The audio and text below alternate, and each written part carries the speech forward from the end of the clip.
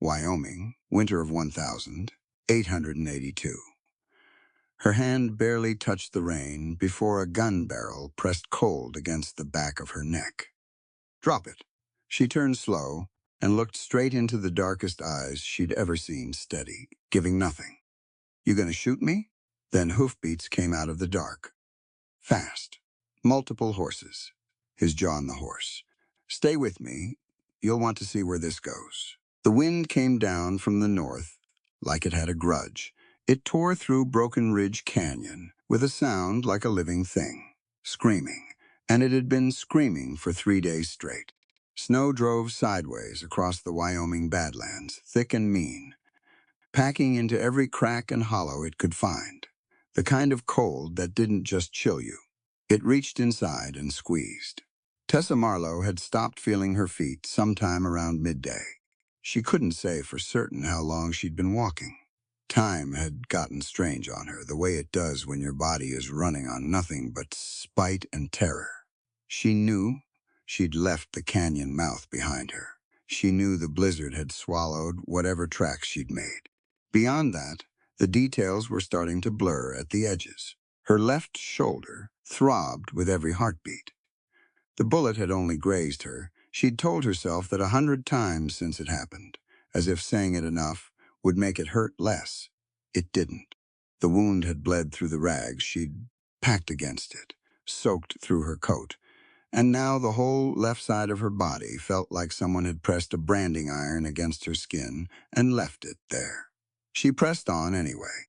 The ledger was still tucked against her ribs, bound tight under her coat, with a strip of cloth she'd torn from her underskirt. Oilskin wrapping, good and waterproof. She'd thought of that at least, even when she hadn't been thinking clearly about much else. The ledger was the whole reason she was out here. Stumbling through a Wyoming blizzard with frostbitten fingers and a hole in her shoulder.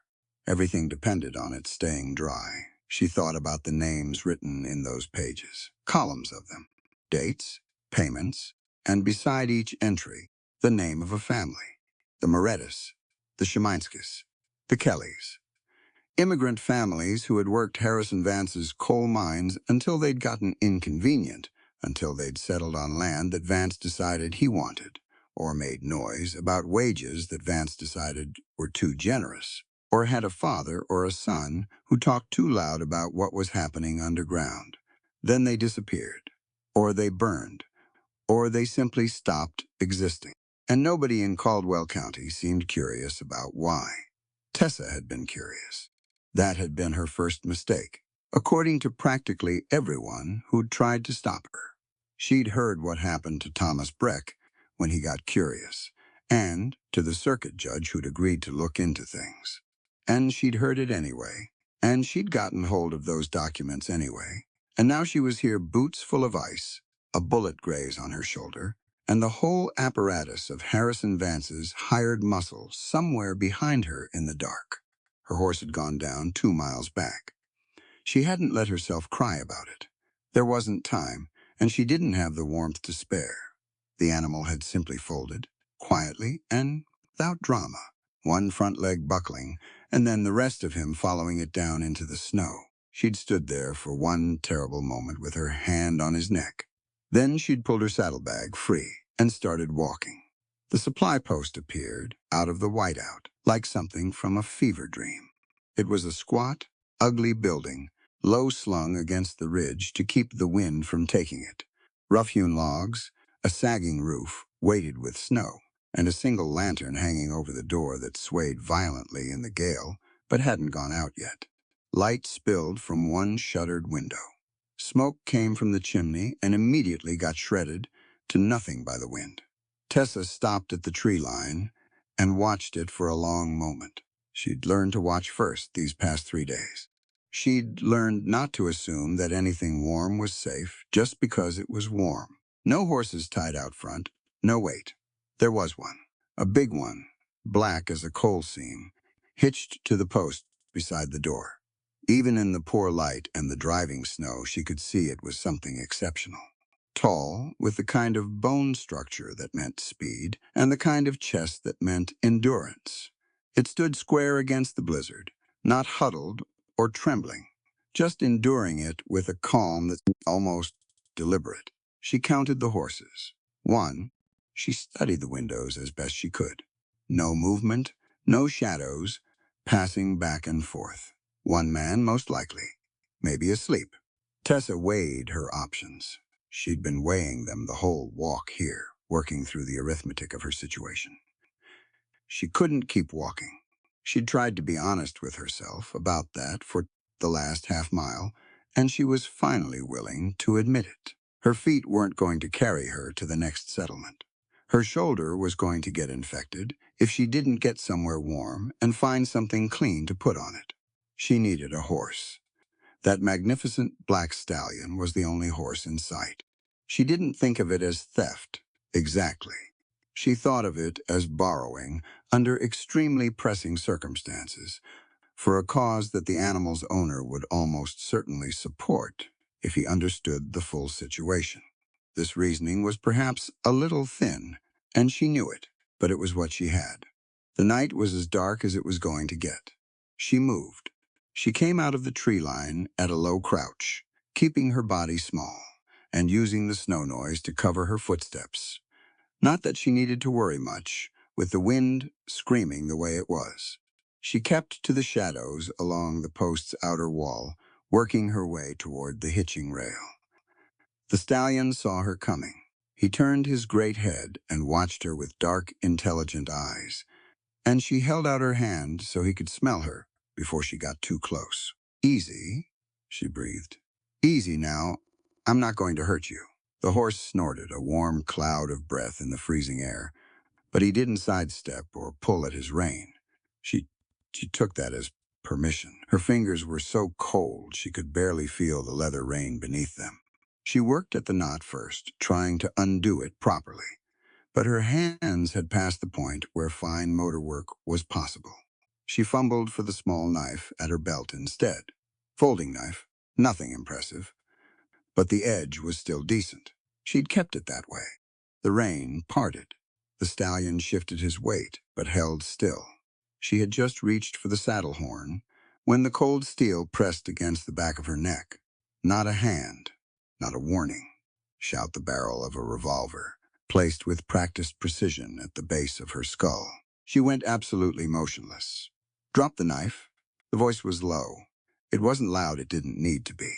There was a quality to it that suggested the man using it had given this particular instruction before and was accustomed to it being followed. She dropped the knife. It disappeared into the snow. "Step back from the horse.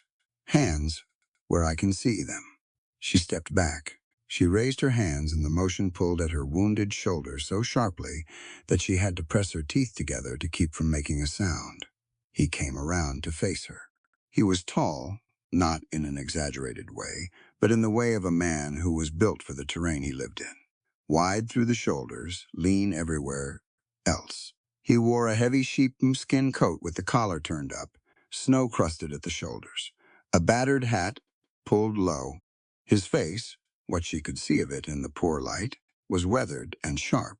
The face of a man who spent more time outdoors than in, with dark eyes that moved over her, the way a man takes inventory assessing, not reacting. He held the Colt revolver steady, not aimed at her head now, aimed at her chest. More practical. He looked at her hands. He looked at the saddlebag she'd dropped in the snow. He looked at her shoulder at the dark stain, spreading through the fabric of her coat, visible even in this light. Something in his expression shifted, almost imperceptibly, but he didn't lower the gun. Tessa met his eyes directly. She was frightened. She wasn't going to pretend otherwise to herself. Her heart was slamming against her ribs, and she was so exhausted she could feel herself swaying slightly in the wind. But she'd found, over the past 3 days, that fear and defiance could coexist. You didn't have to choose one. She didn't look away from him.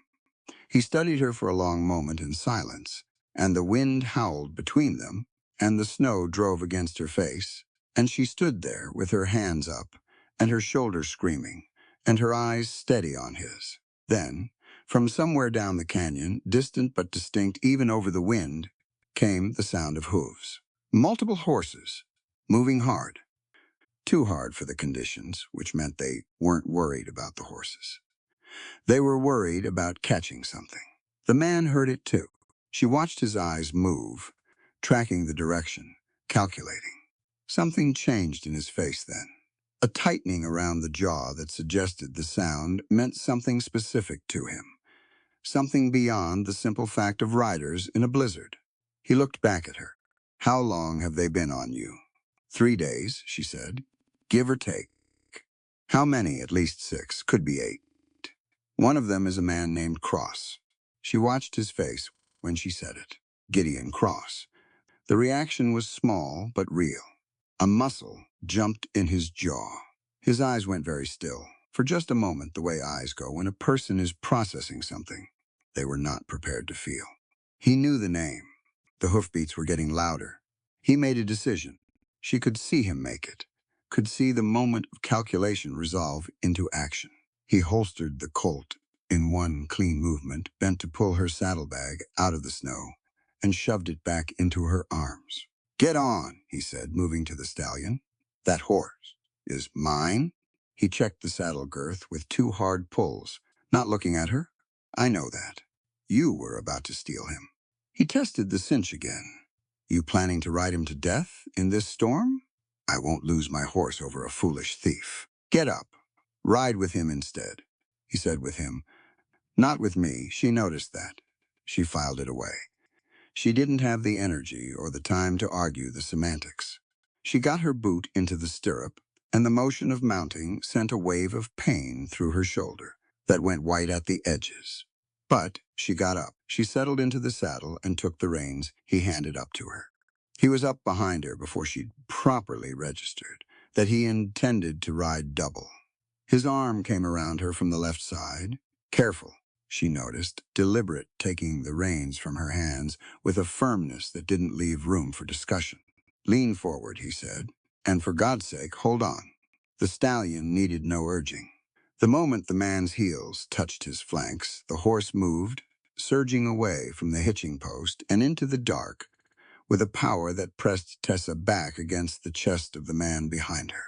They went into the trees, fast and low, and the blizzard closed behind them like a curtain. She gripped the saddle horn and held on. Behind them, she heard the sound of the hunting party reach the supply post. She heard voices she couldn't make out words, just the shape of urgency. Men shouting instructions over the wind. She heard them spread out. She heard, for just a moment, a voice she recognized, cool and carrying even over the storm. Cross. Then the trees and the snow and the distance took the sound, and there was nothing but the wind and the drumming of hooves in the dark. They rode hard for a long time. She didn't know the terrain. She couldn't see it. The snow had reduced the world to a pale swirl, and the shadowy shapes of pine trunks going past on either side. But the man behind her seemed to know exactly where he was going. He didn't hesitate at forks in the trail. He took angles that to her seemed arbitrary, and probably weren't. She felt, through the horse's movement, through the subtle shifts in the man's body behind her, the steady competence of someone navigating familiar ground. She let herself trust it, just that much, just for now. Her shoulder had moved beyond sharp pain into a deep, grinding ache. The cold was settling more completely into her extremities. She focused on breathing. In, out, keep breathing, keep upright, keep holding on. At some point, she realized she was listing sideways in the saddle. His arm tightened, not harshly, just enough, keeping her upright. She straightened up and didn't thank him, and he didn't comment, and that was probably the most honest interaction they'd had so far. The cabin emerged from the dark, like something that had grown from the mountain itself. It sat on a cliffside bench, sheltered on 3 sides by the rock face, and a dense wall of old-growth pine, low and solidly built, bigger than it looked from outside, with a covered porch and a small outbuilding that served as a stable. No light. In the windows, he'd left nothing burning when he went out, good habit for a man who didn't want to be found. He brought the stallion down to a walk for the last 100 yards, circling to approach from the uphill side.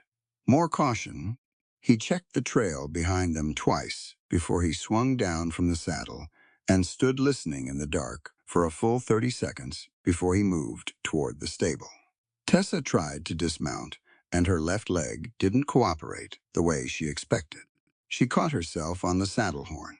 He was already there, one hand on her arm, not solicitous, not gentle exactly, just there. "I'm fine," she said.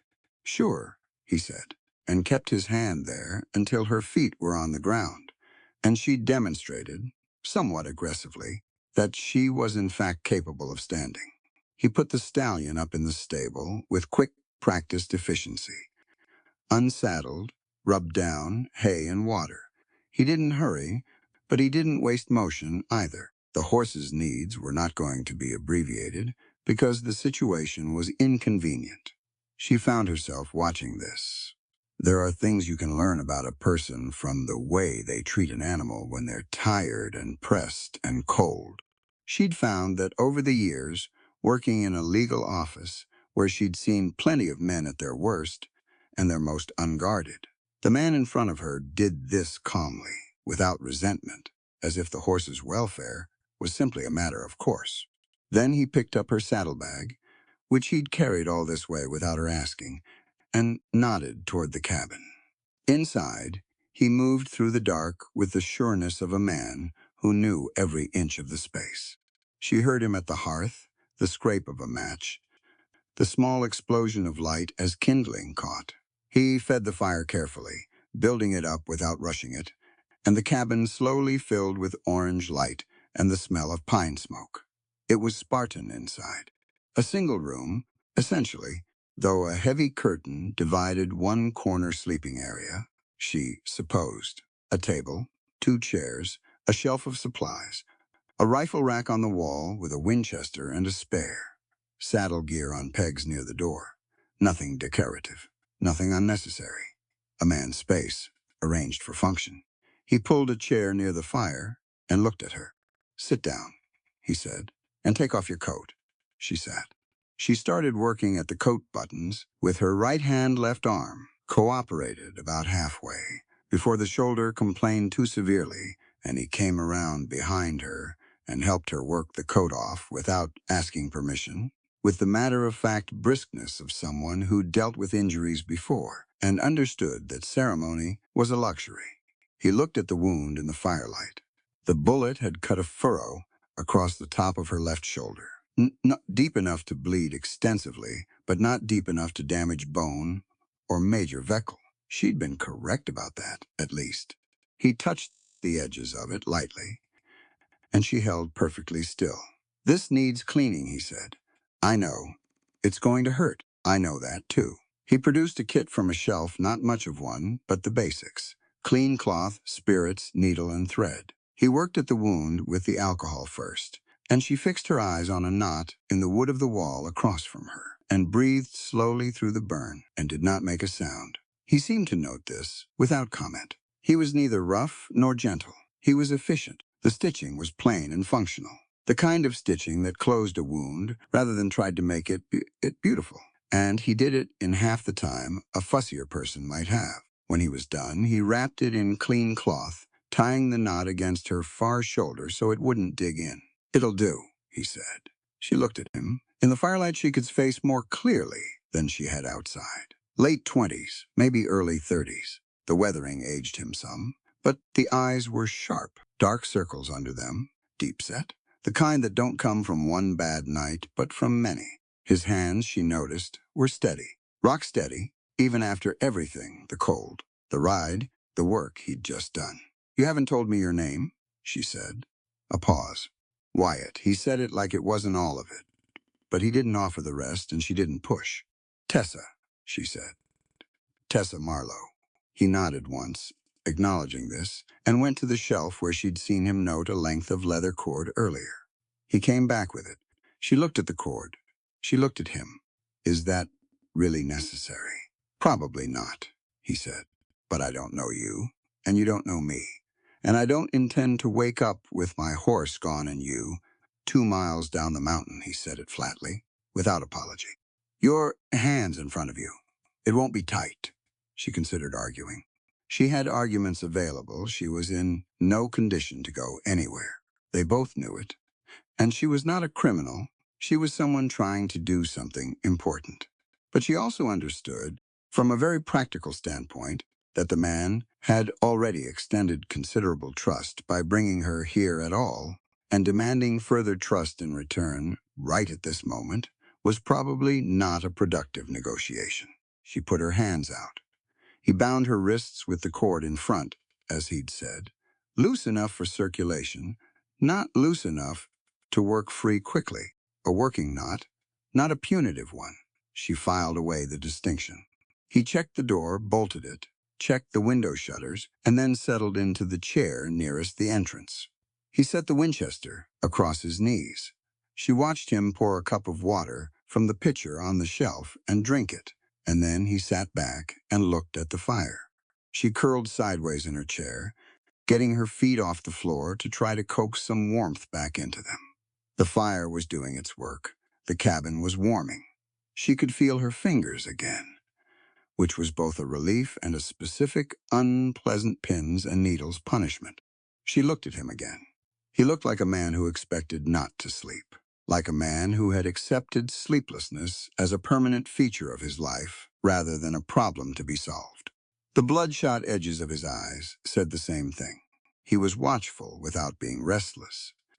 There was a stillness to him, despite everything, that she hadn't encountered much in men who carried the kind of tension he was obviously carrying. She thought about the sound of Gideon Cross's name in the dark outside the supply post. She thought about his face when she'd said it. She thought, there is a story there, and it matters, and it's connected to whatever he decides to do with her tomorrow. But that was tomorrow's calculation. Right now, her shoulder ached deeply and warmly with the kind of pain that means the body is actually working on something. The fire was real, and she was alive and dry and no longer walking. She leaned her head back against the chair and looked at the ceiling. Outside, the blizzard hammered the walls of the cabin with a relentlessness that sounded almost personal, like it had been sent specifically to find her. It didn't find her. She closed her eyes. Across the room, Wyatt Thorne sat in the dark with his rifle on his lap and his eyes on the door, and the wind screamed in the canyon below, and the night went long and slow around them both. He didn't sleep. He never did. The fire burned low by midnight. Wyatt didn't touch it. He let it settle into coals, enough heat to keep the cabin above freezing, not enough to make it comfortable. Comfortable was not what he was after. He needed to stay awake, and warmth was the enemy of that. He sat in the chair by the door with the Winchester across his knees and watched the shuttered windows and listened to the storm.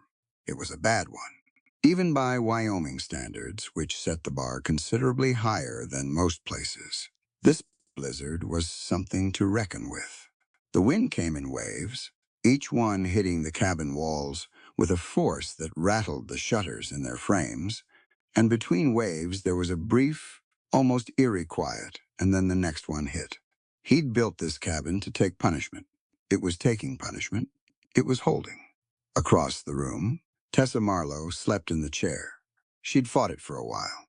He'd watched her, without appearing to, the way you watch a fire peripherally, without staring, just keeping it in your awareness. She'd held herself upright for an hour maybe, her bound hands resting in her lap, her eyes open and moving around the cabin with an alertness that told him her mind was still working even when her body was done.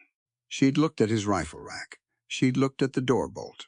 She'd looked at the window shutters, and then at the cord on her wrists, doing the arithmetic, the way a careful person does when they're in an unfamiliar situation. He'd let her do it. People had a right to assess their circumstances. Eventually, the warmth and the exhaustion and the particular mercy of a body that had simply had enough combined to pull her under. Her head tilted back, her breathing evened out. The tight line of her shoulders finally released, and she slept. Even unconscious, she held herself with a kind of stubbornness. Back straight against the chair, jaw set. She hadn't slumped sideways or curled up small. She'd simply gone still, like a lamp turned down but not out. Wyatt looked away. He had things to think about, and the biggest one was Gideon Cross. He hadn't said the name aloud. He hadn't needed to. The moment she'd said it out there in the dark beside the supply post, with the wind screaming and the sound of hooves coming down the canyon, something had shifted in him. A door he kept sealed had swung open, just briefly, letting in the cold air of 5 years ago. Gideon Cross. He hadn't seen him. He'd heard rumors Cross was working the Wyoming territory, taking contracts, doing the kind of work that wealthy men needed doing when the regular law was inconvenient. That tracked. That was exactly what Cross was built for. But knowing someone was in the same general territory was different from having him show up outside your supply post with a hunting party at his back. And the woman Cross was hunting was sitting 12 feet away in his best chair, asleep with her hands tied together. Wyatt turned this over and looked at all its sides. She was his leverage. He was clear-eyed about that he owed her nothing, didn't know her from any other stranger. And the fact that she was injured and exhausted, and obviously in serious trouble, didn't change the calculation. What changed the calculation was Cross. Cross leading the party that was hunting her meant she had something that powerful people wanted buried, which meant she might be the single thread that, if he pulled it, could unravel something he'd spent 5 years trying to find a way into. He was clear-eyed about that, too.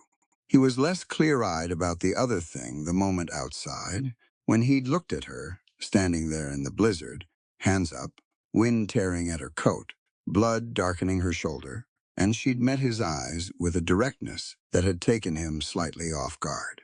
Most people, when a gun barrel found the back of their skull, went one of two ways. They crumbled, or they went frantic. She'd done neither. She'd gone very still. And then she'd turned and looked at him. And it was the look of someone who was frightened and tended to be frightened on her own terms. He'd met plenty of frightened people. That wasn't common. He pushed the thought aside. It wasn't relevant to anything. What was relevant? Cross was in these mountains, in this storm, with a hunting party. He wouldn't push through the night. Even Cross wasn't reckless enough to run horses in a blizzard like this at full dark. But by morning he'd have men on the trails, working the high ground. By midday they'd have the valley roads covered. By tomorrow night, if Wyatt sat still, this cabin would have company. He needed information. That meant he needed the woman to wake up and talk to him, which meant she needed to sleep first, which meant he needed to wait. Wyatt was good at waiting.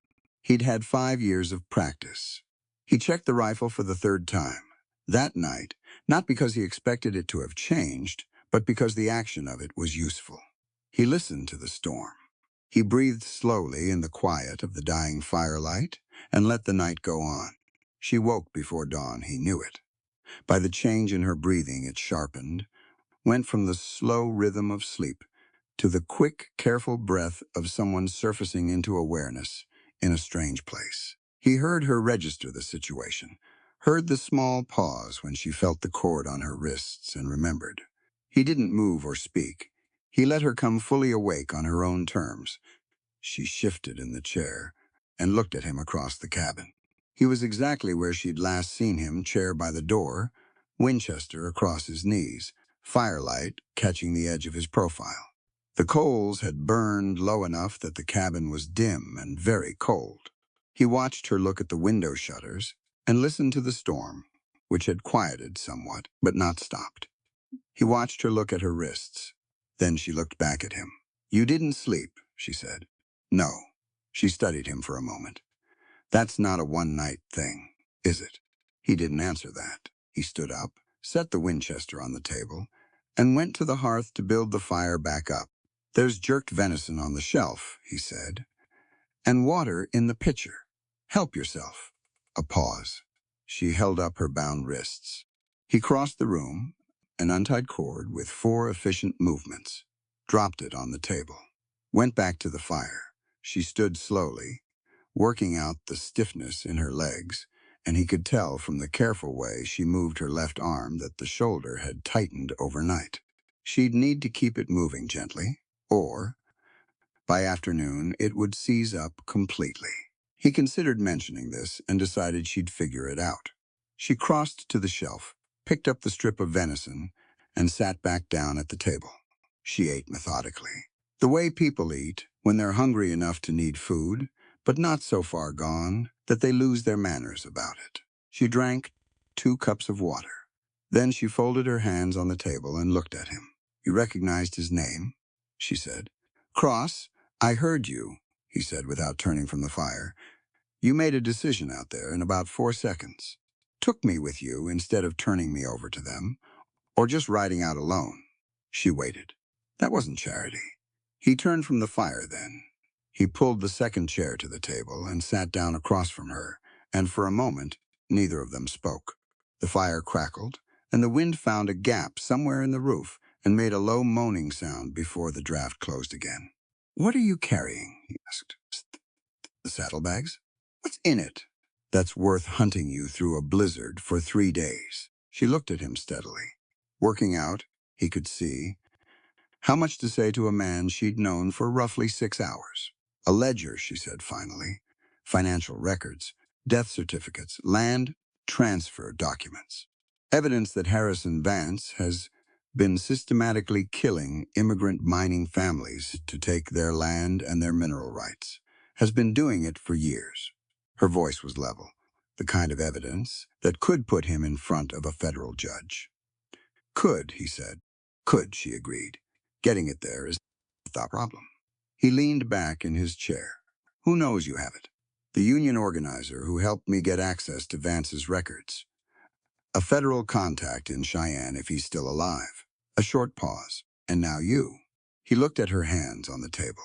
He looked at the burn scar on her right hand. He'd noticed it last night, cleaning her wound. Old scar, fully healed, serious. Mine accident, probably. He'd seen that shape of scarring before. "Why you?" he said. "Why were you the one who went in and got it?" Something moved through her expression. Not quite grief. Something older than grief, because I was there, she said. "When they found the Conti boy." He waited. "Angelo Conti, 9 years old. His father worked the number 3 shaft at Vance's mine." She said it without drama, just giving him the facts in order. The family had been trying to file a land claim. They'd worked the plot for 2 years. Built a house on it. Vance wanted the coal underneath it. The father started asking questions about the terms of their work contract, talking to other families. 2 weeks later, the house burned. She stopped. They found Angelo in what was left of it. His mother had gotten out. His father was found at the bottom of a mine shaft 3 days later. Ruled an accident. The fire was the only sound in the cabin for a moment. "I was working for the land office at the time," she said. "Legal assistant. I saw the paperwork come through. The land transfer, the death certificate, the accident report, all of it filed within 48 hours of the fire. All of it stamped by the same notary, who handles all of Vance's documents."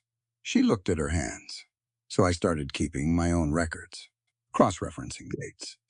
There were 11 other families with the same pattern over 4 years." She paused. 11 that I could find. Wyatt was quiet. He was looking at the table, and his jaw was tight. "The ledger has all of it," she said. "The financial transfers, the land acquisition records, the accident reports filed on the same dates. It connects Vance to every single one." She looked up. "That's what I'm carrying." He was still looking at the table. "And Cross?" he said. "What do you know about him?" "I know he runs the enforcement side of Vance's operation. Hired men, bounty work. He's the one Vance calls when something needs to disappear quietly." She watched his face. "You know more than I do." He pushed back from the table and stood up. Went to the window and put his hand on the shutter, not opening it, just feeling for the cold seeping through. The storm was still out there. "Cross killed a family," he said. It came out flat, factual, the way men talk about things they've worked very hard to make flat and factual. 5 years ago, friends of mine, Jim Hadley and his wife and their 2 girls. Jim had gotten evidence of a land fraud scheme running through 3 counties' different operation. Then Vance, same model. He came to me with it, because I was the marshal, and he trusted me. He stopped. I told him to sit on it, wait until I could get a federal contact involved. I thought we had time. Tessa said nothing.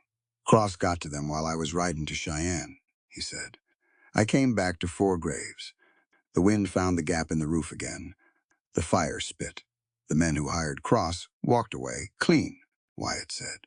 Evidence disappeared, case went cold, and I was a marshal without a reason to be a marshal anymore. He turned from the window and looked at her directly. I've been in these mountains for 5 years because I didn't know how to go back to something I'd already failed at. She held his gaze. She didn't offer him anything hollow, no reassurance. No, it wasn't your fault. He appreciated that more than he could have articulated. He was not in need of comfort. He was in need of honesty. So that's why you brought me here, she said.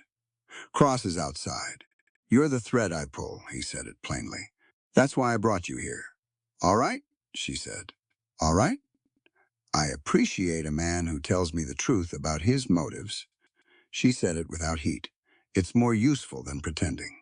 He looked at her for a moment. Then he pulled the chair back to the table and sat down again. Tell me everything you know about Cross's operation, he said. His men, his methods, his schedule. Everything, she told him. She was a good witness, organized, specific, careful about the line between what she knew and what she suspected. She'd clearly spent time thinking about this, assembling the information in her head during the 3 days she'd been running, and it came out now in clean, ordered sequences. Number of men she'd counted, 7. Plus Cross himself. Cross's second was a man named Terrell, ex-military, tactical rather than reckless. They traveled with a pack mule, carrying equipment, which meant they were prepared for extended pursuit. They weren't counting on catching her quick. They had contacts in town, which meant they'd have had word sent ahead to cover the roads into Cheyenne. He listened without interrupting. He asked 3 questions, all of them practical. She answered them cleanly. By the time they were done, the fire was properly burning again, and the light through the shutter. Cracks had shifted from black to gray. Morning, or what passed for it, in a blizzard. Wyatt stood and went to the shelf where he kept his actual provisions, not the display provisions by the door, the real ones in the locked chest at the back. He made a simple breakfast. Cornmeal, dried apple, more water heated over the fire. He put a plate in front of her and didn't say anything about it, and she picked up the spoon without making it a production. They ate in silence for a while. There's a defaced marshal badge on the shelf, she said. Not looking up from her plate, he kept eating. Behind the rifle oil, she said. He looked at her sidelong. She'd cataloged his entire cabin in the dark, in the state she'd been in, with her hands tied. He found he didn't know quite what to do with that, so he filed it without comment. That's mine, he said. Was mine? What happened to it? I took a knife to it. He said it evenly.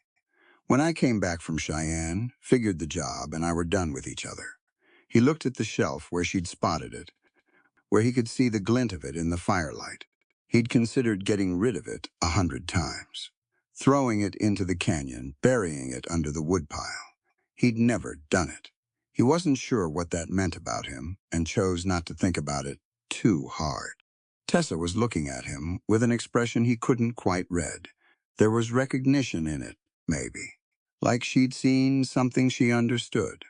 I had a copy of my law certificate, she said. I burned it after the land office refused to file my report on Vance's transfers. 2 supervisors, both of whom I later found out were on Vance's payroll. She turned back to her food. I understand the impulse. He looked at her, the scar on her hand, the wound he'd cleaned last night, the steadiness of her eyes when she'd been sitting in his gun sights outside in the blizzard. 2 people who'd offered their skills to a system they believed in and found the system bought and paid for. 2 people sitting in a cabin in a Wyoming blizzard, eating cornmeal because there was nowhere else left to go, with what they knew.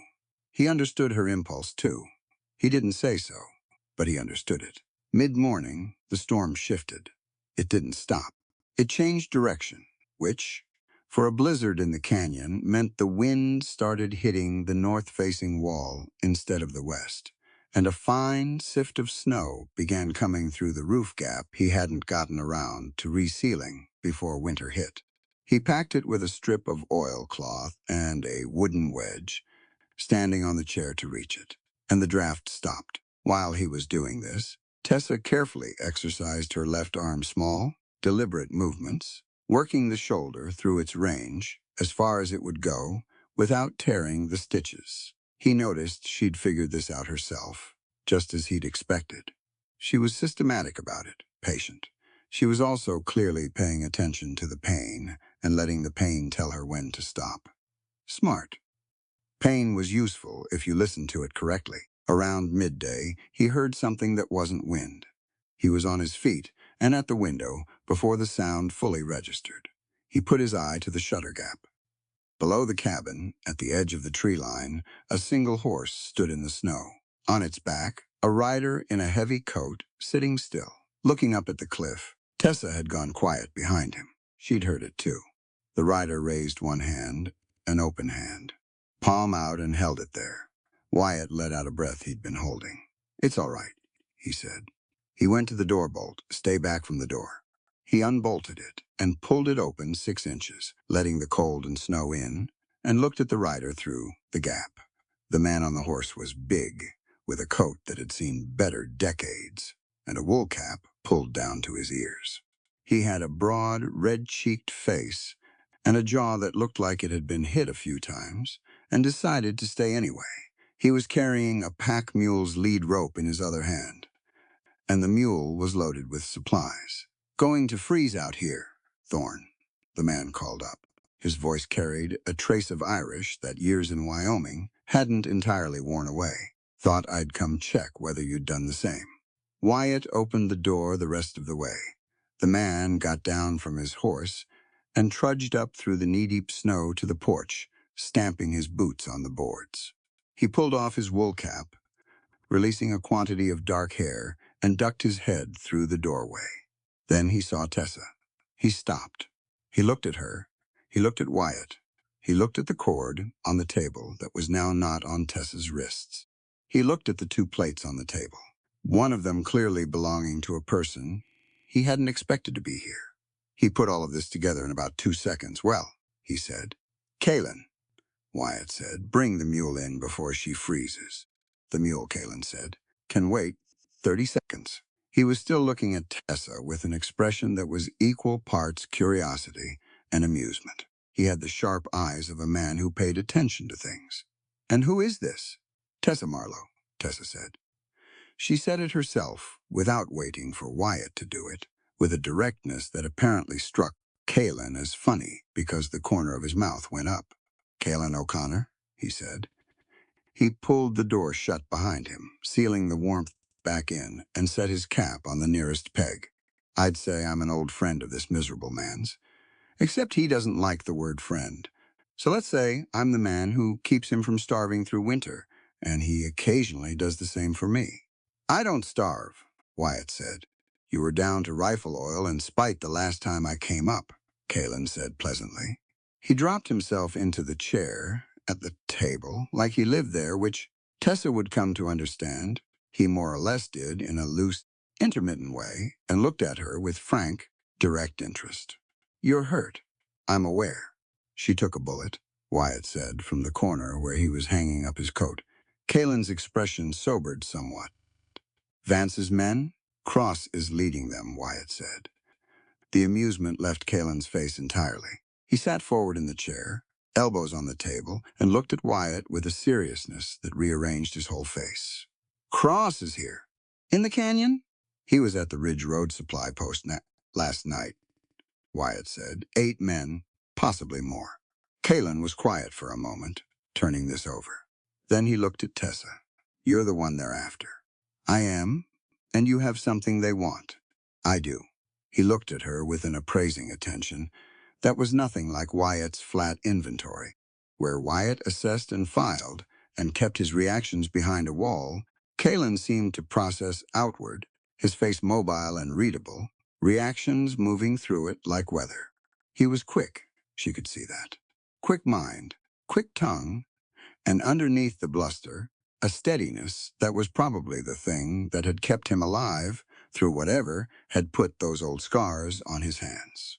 I know Vance's operation, he said, and now he was talking to both of them. I know it better than I'd like.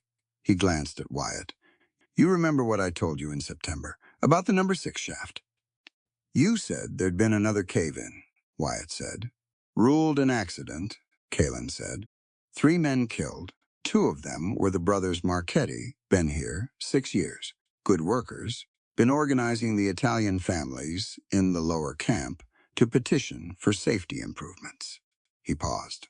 The petition died with them, funny enough. Vance had the shaft reopened inside a week. Running double shifts now. He looked at Tessa. The families in those camps are not okay. They've lost people. They've lost wages. They live in company housing, which means Vance can put them out in the cold if they make noise. Most of them are so scared they barely speak above a whisper. The ledger I'm carrying has documentation connecting Vance to the deaths going back 4 years, Tessa said, including the Marchetti brothers if the date aligns. Kalen stared at her. Where did you get it? I assembled it. Cross-referenced land records, death certificates, mine incident reports. The financial transfers show payments going to the same accounts within days of every incident. She said it steadily. It's enough for a federal case. If you can get it to Cheyenne, Kalen said. That's the problem. Kalen sat back and rubbed his jaw with one broad hand. He had the look of a man doing several calculations simultaneously. Then he turned to Wyatt with an expression that was speculative and pointed. Wyatt was standing at the shelf, not facing either of them, his hand resting near the spot where his old badge caught the firelight behind the rifle oil. Wyatt, Kalen said. I heard everything she said. I know you heard it. I'm asking what you're going to do about it. A long pause. The fire crackled. Outside, the wind made its sound. I need to know Cross's movements, Wyatt said finally. How many men, how they're positioned, where they'll have the passes covered by tomorrow morning. It wasn't an answer to the question Kalen had asked, but Kalen looked at him for a moment and seemed to decide it was answer enough. He nodded. I came up through Garner's Gap, he said. They're not on the South Trail yet. But if they're systematic about it, they will be by morning. He paused. There's a way out through the eastern ridge, comes out above the valley road, but it's rough, going even in good weather. In this blizzard, I know the trail, Wyatt said. And if Cross has men on the valley road, I know that too. Wyatt turned from the shelf. He looked at Tessa, and then at Kalen, and his face was the closed, working face of a man thinking through a problem he has decided, without quite articulating it to himself, to solve. We're not moving tonight. Storm's still running. Tomorrow we'll see what the weather gives us. He looked at Tessa. Get some more sleep if you can. You need the shoulder to start closing, not tearing back open. Tessa looked at him, at the badge behind the rifle oil, at his face. You know, she said, you didn't have to bring me here. You could have ridden out alone. Cross wouldn't have bothered following one man. I know that, he said. So why didn't you? He looked at her for a moment. Then he looked at the window, at the gray light, coming through the shutter cracks, at the storm that was still out there working. Get some sleep, Tessa, he said. It wasn't an answer. She suspected he knew that. But she also suspected that the man who kept his defaced badge, instead of throwing it off the cliff, the man who still had a rifle and the will to use it, who still watched the door through a long, dark, sleepless night had more of an answer in him than he was ready to say out loud. She could wait. She was getting good at that. She settled back in the chair and closed her eyes. And the fire burned, and Kalen and Wyatt began talking quietly at the table about trails and head counts, and the weather, their voices low and steady, 2 men at work on a problem. She listened to the storm. She listened to the cabin hold against it. She thought about Angelo Conti, 9 years old, and the 11 other families whose names she'd memorized the same way she'd memorized her own name. So she would never forget, no matter what happened, what she'd come out here to do. She didn't sleep right away, but she rested. Outside, Cross and his men were out there in the dark and the snow, moving through a blizzard on the scent of a woman carrying a ledger and a former lawman who had nothing left to lose. Inside the cabin on the cliff, the fire held. For now, that was enough. The storm broke somewhere before dawn. Not all the way. The clouds stayed low and iron gray, and the wind still moved through the canyon with enough force to lean a man sideways if he wasn't ready for it. But the driving, sideways snow stopped. The world went quiet in the particular way it goes quiet. After a blizzard, everything muffled and still and white, like the land was holding its breath. Wyatt heard the change in his sleep, except he hadn't been sleeping. He'd been sitting in the chair by the door again, Winchester across his knees. In that state he'd lived in for 5 years, now not awake exactly, not asleep, somewhere in between, that didn't do the work of either. His body rested, but his mind kept running, kept scanning, kept listening. It was exhausting in a way he'd stopped expecting to end. Kalen had taken the floor by the far wall, rolled in his bedroll, and gone out within minutes of lying down with the complete ease of a man who could sleep anywhere, and did. He was still there now, breathing slow, and even one arm thrown over his face. Tessa was asleep in the chair again. She'd been in and out through the night. He'd heard her shift and resettle, heard her breathing change as she surfaced and then went back under. The shoulder was probably waking her. Wound pain had its own schedule, worse in the deep of the night when there was nothing else to focus on. She hadn't complained about it. She hadn't asked for anything. Gray light was starting to find the shutter cracks when she woke for good. He heard it in her breathing, that shift, that quickening, and then she was still for a moment in the chair, the way she always was, taking stock before she moved. He'd noticed that about her. She never surfaced in a flail. She woke up and immediately went quiet and assessed. It was a practiced thing, not natural, something she'd learned because she'd had to. She turned her head and looked at him across the cabin. "It stopped," she said, meaning the snow. "For now," he said. She nodded. She worked her left arm carefully through its range, the small, systematic movements he'd watched her do the day before, her face neutral and focused. Then she stood and went to the water pitcher and drank, and after a moment she put the cup down and stayed standing at the shelf, her back to the room, looking at nothing. He waited. He'd learned that she thought better standing still than she did sitting, and that when she had something significant to say, she got quiet first. He'd learned these things in approximately 36 hours, which was faster than he usually learned things about people, and he didn't analyze why that was. "I want to tell you something," she said, "about the ledger, about why I went after it." "You told me about the Conti boy," he said. "That's part of it, not all of it."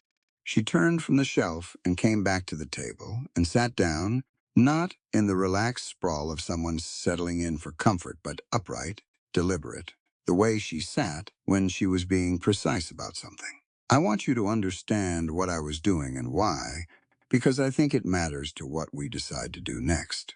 He set the Winchester against the wall and gave her his full attention.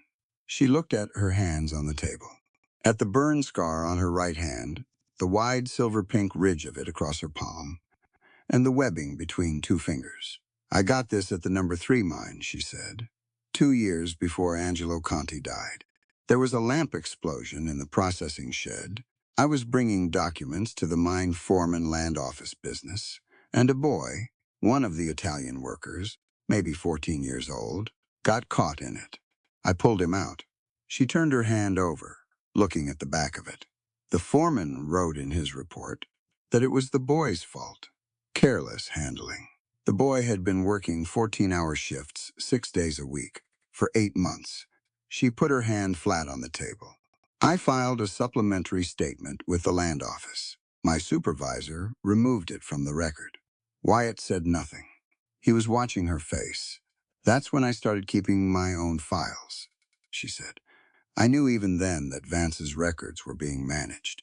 I didn't know how far it went, or how organized it was, or how many people were dead because of it. I found that out later, piece by piece." She paused. When I finally had enough to see the whole picture, the pattern of it, the deliberateness, I brought it to the union organizer, man named Reese. He was the one with access to Vance's financial books.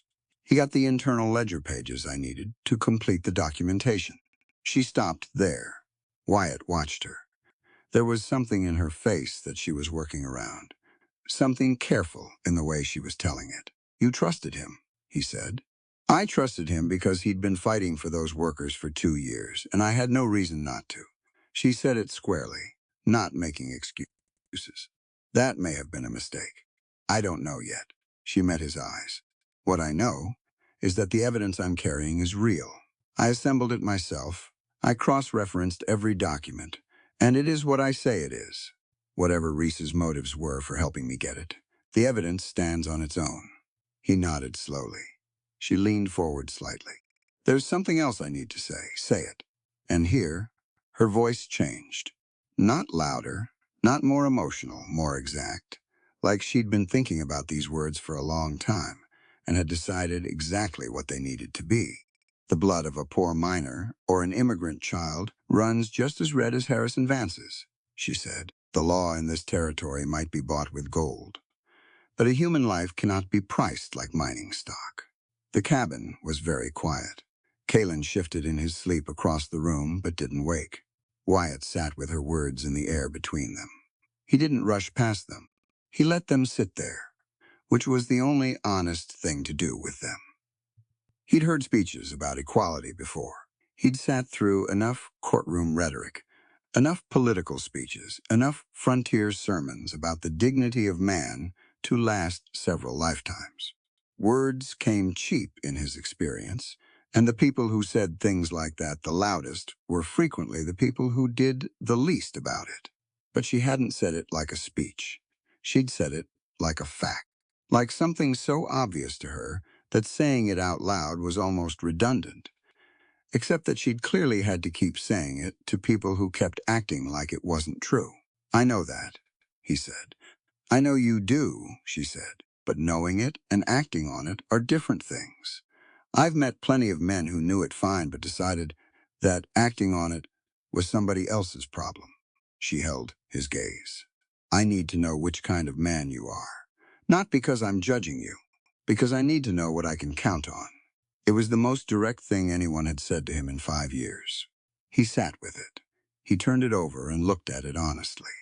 A year after I walked away from the marshal's office, he said there was a family in the valley. Slovak family. Father worked the mine. He came to me because he'd heard I was an ex-lawman. His daughter had been injured in a shaft collapse, and Vance's company doctor ruled she'd been trespassing. He looked at the table. I told him I was done with that business. I told him to find someone else. Tessa didn't say anything. He didn't find anyone else, Wyatt said. Nobody took it. I saw him in town 6 months later. He was alone. He stopped.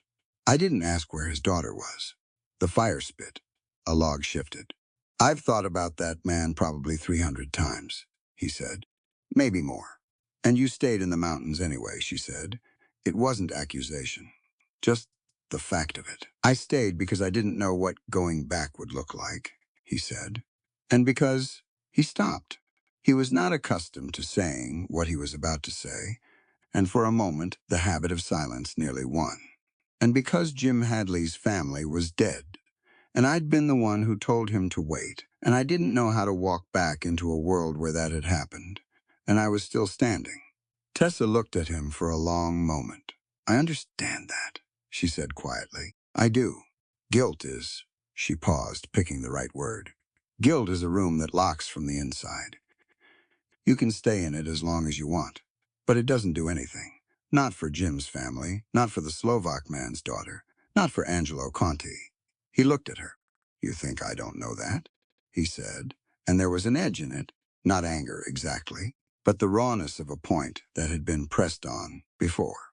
I think you know it completely, she said without backing down. I think that's why it doesn't help. That landed somewhere real. He looked away. Tell me about Jim, she said. Not a demand, an offer. He was quiet for so long, she probably thought he wasn't going to. The fire worked. Somewhere outside, a branch unloaded its snow with a soft whump in the silence. Then he started talking.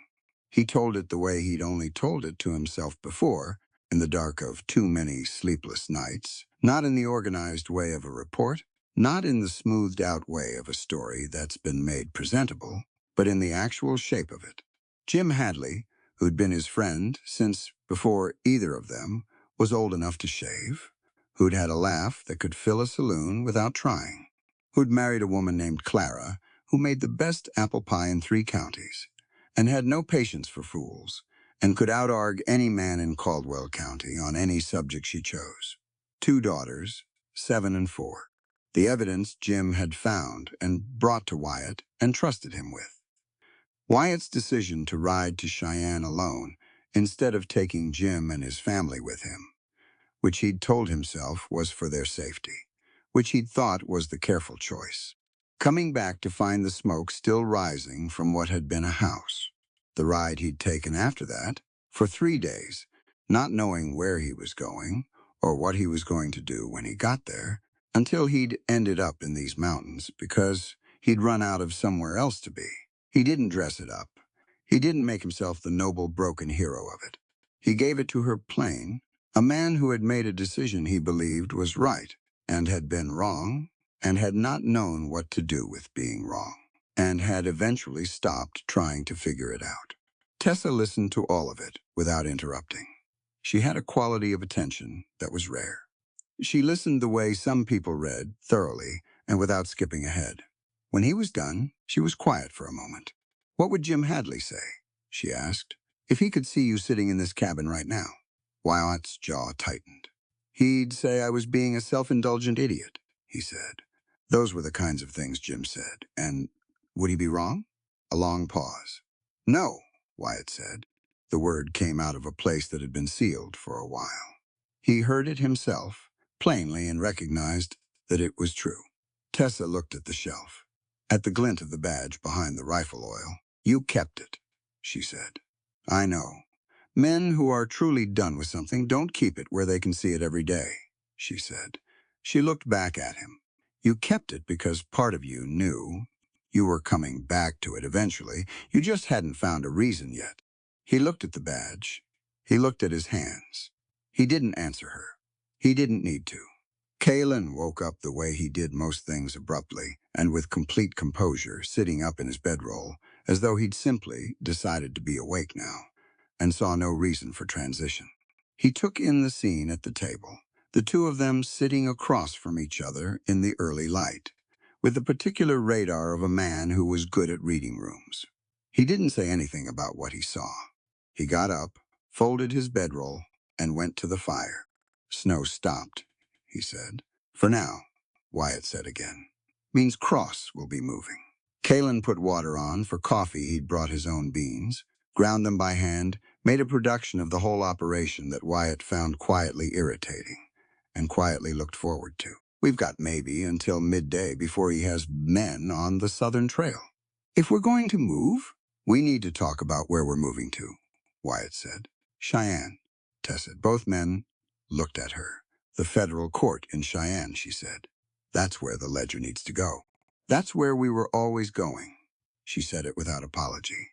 "I'm aware that's the hard direction." "Hard's a soft word for it," Kalen said, grinding the beans with concentrated focus. "Cross will have the valley road covered. Bighorn Pass is the only other route. And in this weather, I know the pass," Tessa said. Kalen looked at her. "You've ridden it in winter?" "Twice. I know where it narrows. I know where the ice comes in. It's manageable if you're careful and you have good horses." She paused. "We have at least one very good horse." Wyatt looked at her steadily. "You're in no condition to ride Bighorn's Pass," he said. "My legs work," she said. "My right arm works. The shoulder is closing. You did a good job on it. It's not infected. I can manage." Managing and making it through are different. "I understand that." She met his eyes. "I've understood that the whole time. I understood it when I went into Vance's office and copied those documents. I understood it when I ran for 3 days in a blizzard." She put her hands flat on the table. "This is not something I started without knowing what it would cost." So please don't tell me what I can't do because of a shoulder wound I already know about. Silence. Kalen, without looking up from his coffee operation, said, I like her. Wyatt looked at the ceiling briefly, in the way of a man exercising patience. Cross has 8 men, he said. We have 3. 3 in a ledger full of federal evidence, Tessa said, which is worth more than 8 hired guns if it gets in front of the right judge. And if it doesn't get there, then we tried. Her voice was steady, and the trying mattered. I stopped believing in perfect outcomes a while ago. Wyatt, I believe in the attempt. She looked at him directly. Don't you? He held her gaze. Across the room, Kalen poured hot water through his coffee arrangement with the focused calm of a man who was pretending very hard not to be listening to every word. Tell me about the number 3 mine, Wyatt said abruptly. Tessa blinked at the change of direction. What about it? The explosion where you got the scar. The 14-year-old boy, you pulled him out. He looked at her hand. What happened to him? Something moved through her expression. Not grief. Something fuller than that. He lived, she said. He lost 2 fingers. He still works. Last I knew he's 16 now. Works the surface operation, sorting and loading. She paused. His name is Piero. He calls me La Signora con la cicatrice, the lady with the scar. Wyatt looked at her hand on the table. You could have left him, he said. I could have, she said, but I didn't, and that's not interesting to me. What's interesting to me is that 2 weeks after I pulled him out, his foreman tried to dock his wages for the days he missed while his hands were healing.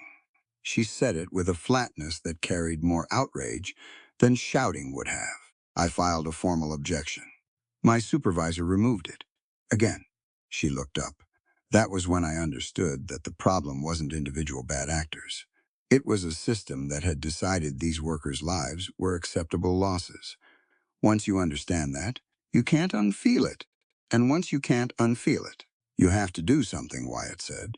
Or you have to decide you're the kind of person who knows something is wrong and does nothing, she said. And I found I couldn't do that either. He was quiet.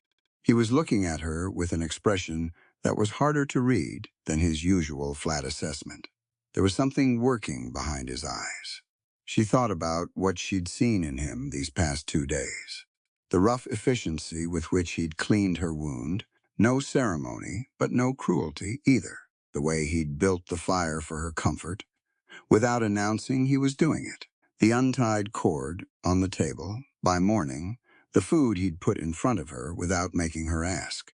A man whose actions and whose stated motives didn't quite match up, who said he'd brought her here for leverage, and then sat awake all night watching the door.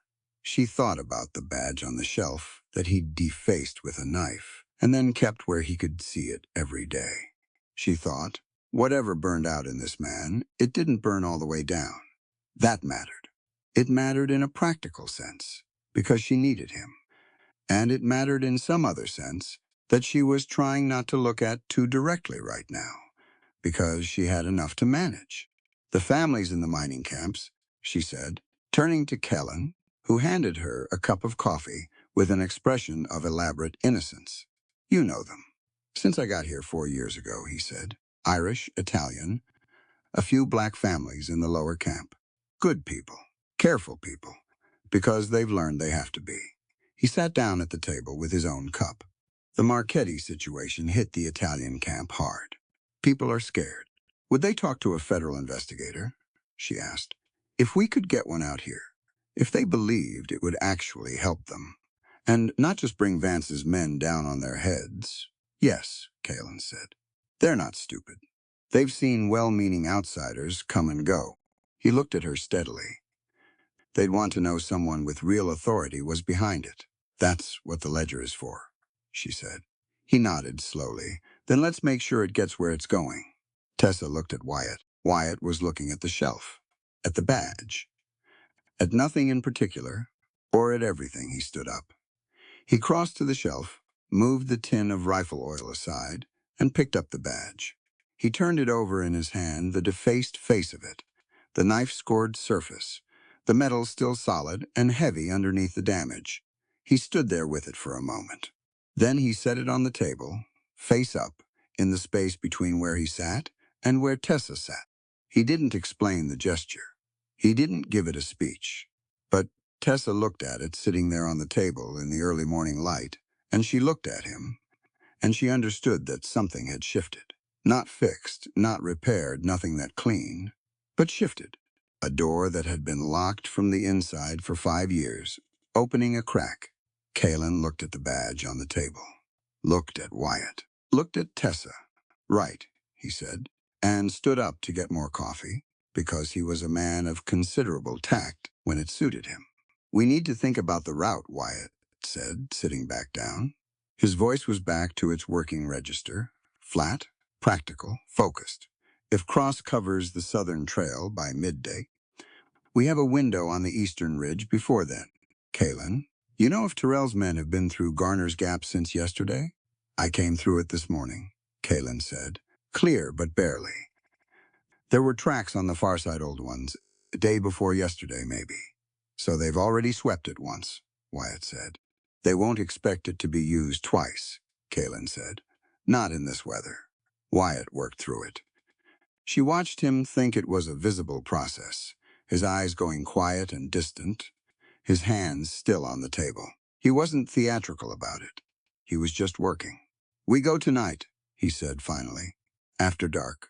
Cross's men won't expect movement overnight in these temperatures, and we need the dark more than we need the warmth. He looked at Tessa. Can you ride through the night? Yes, she said. You're sure? I'm sure, she said, and her voice had the same quality his did when he said it, not bravado.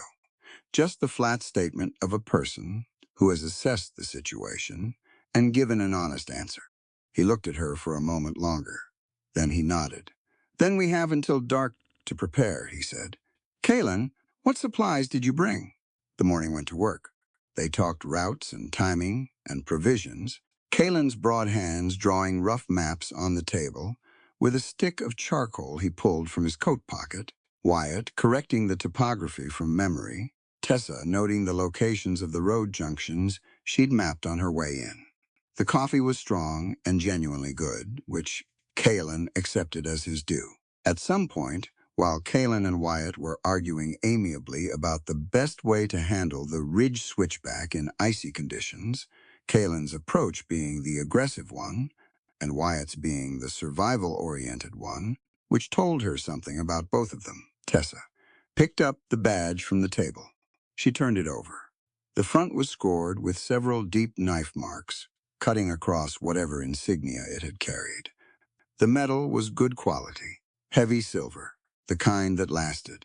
You could see where it had been worn for years before the damage the surface around the raised edge was burnished smooth.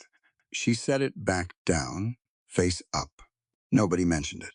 But Wyatt, when he sat back down at the table, set his coffee cup on the side nearest to it, and didn't move it away. Outside, the sky was holding gray. The snow on the ground was deep and undisturbed, and blue-white in the flat winter light. Somewhere below them in the canyon, Gideon Cross was moving his men into position, working through the cold with the patience of a professional. And in the cabin on the cliff, 3 people sat around a table with a battered badge and a cup of charcoal and a set of rough maps and made their plans. It wasn't much. Against what was out there, it probably shouldn't have been enough. But Tessa looked at the badge on the table and thought about Angelo Conti and Piero, with his scarred hands, and the Slovak man standing alone in the town square. And she thought, it has to be enough. So it would be. The afternoon light came in, pale and cold through the shutter cracks, and the 3 of them spent it working.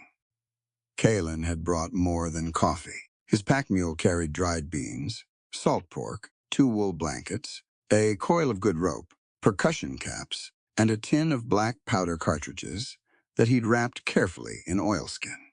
He unpacked all of it with the systematic efficiency of a man who'd learned long ago that what you carried and how you packed it could be the difference between coming home and not. Wyatt checked the horses, both of them Midnight and Kalen's bay mare, who answered to the name Brigid, and had the calm, unflappable disposition of an animal that had been through enough not to be impressed by hardship anymore. He checked hooves, checked shoes, checked the condition of their legs after the cold. Midnight was fine. Bridget had a shoe working slightly loose on her left rear, and Wyatt reset it with the tools from the small kit in the stable. Working in the dim light with his coat off, despite the cold, his breath clouding. Tessa helped Callan sort and repack the provisions into 3 separate loads what they'd carry on their persons, what would go in the saddlebags, and what wasn't coming. "You're good at this," Callan observed, watching her divide the salt pork by weight. "I've had a practical few days," she said. He laughed, a real one, short and genuine. 3 days running from Gideon Cross in a blizzard that'll teach a person to be efficient. "It teaches you a lot of things," she said. She was tying off the oilskin packet without looking up. "Mostly it teaches you what you actually need versus what you thought you needed." Kaylin watched her hands for a moment. "You've done outdoor work before, not just legal office work." "My father was a surveyor," she said. "I went with him through half of Wyoming territory before I was 12. He believed in making yourself useful." "Smart man." "He was." She set the packet aside and picked up the rope coil, testing its condition. "He also believed that every person had value, regardless of what they owned or where they came from, which made him very popular with the immigrant communities and somewhat less popular with the land office management." She checked the rope's integrity with a series of short, sharp tugs along its length. "I suppose I come by the trouble honestly." Kalen was quiet for a moment, but his eyes were thoughtful. "My father worked a mine," he said. "County Mayo, different country, same arithmetic. Company town, company store, company housing. You owed them before you started, and you owed them when you finished, and what happened in between was your life." He picked up the tin of cartridges and fit it into the saddlebag. "I came to Wyoming because someone told me it was different here, that a man could work and own what he built." He paused. "Turns out you have to fight for that here, same as anywhere else." "Mm-hmm." "The names are different. The arithmetic is the same." Tessa looked at him. "Is that why you stayed? In the valley? With the mining families?" He considered it. "I stayed because I know that arithmetic, and because I know what it does to people when nobody fights back against it." He shrugged, a big motion that moved his whole frame. Also, Wyatt needed someone to bring him coffee, so he didn't turn completely feral up here. Through the stable wall, they heard the measured sound of Wyatt working the horseshoe back into place. "How long have you known him?" she asked. 3 years, Kellen said. "He was here when I arrived." Barely spoke. Looked like he was doing a reasonable impression of a man who intended to quietly disappear into the mountains and not be found. He paused, studying the saddlebag strap. "I kept coming up with supplies because someone needed to, and eventually he started talking. Took about 6 months for him to move past single-word answers." He glanced at the cabin wall, in the direction of the stable. "He's talked more in the last 2 days than he has in the entire time I've known him." Tessa didn't say anything to that. "I'm not pointing it out to be romantic about it," Kalen said, with a directness that made her look at him. "I'm pointing it out because it's useful information.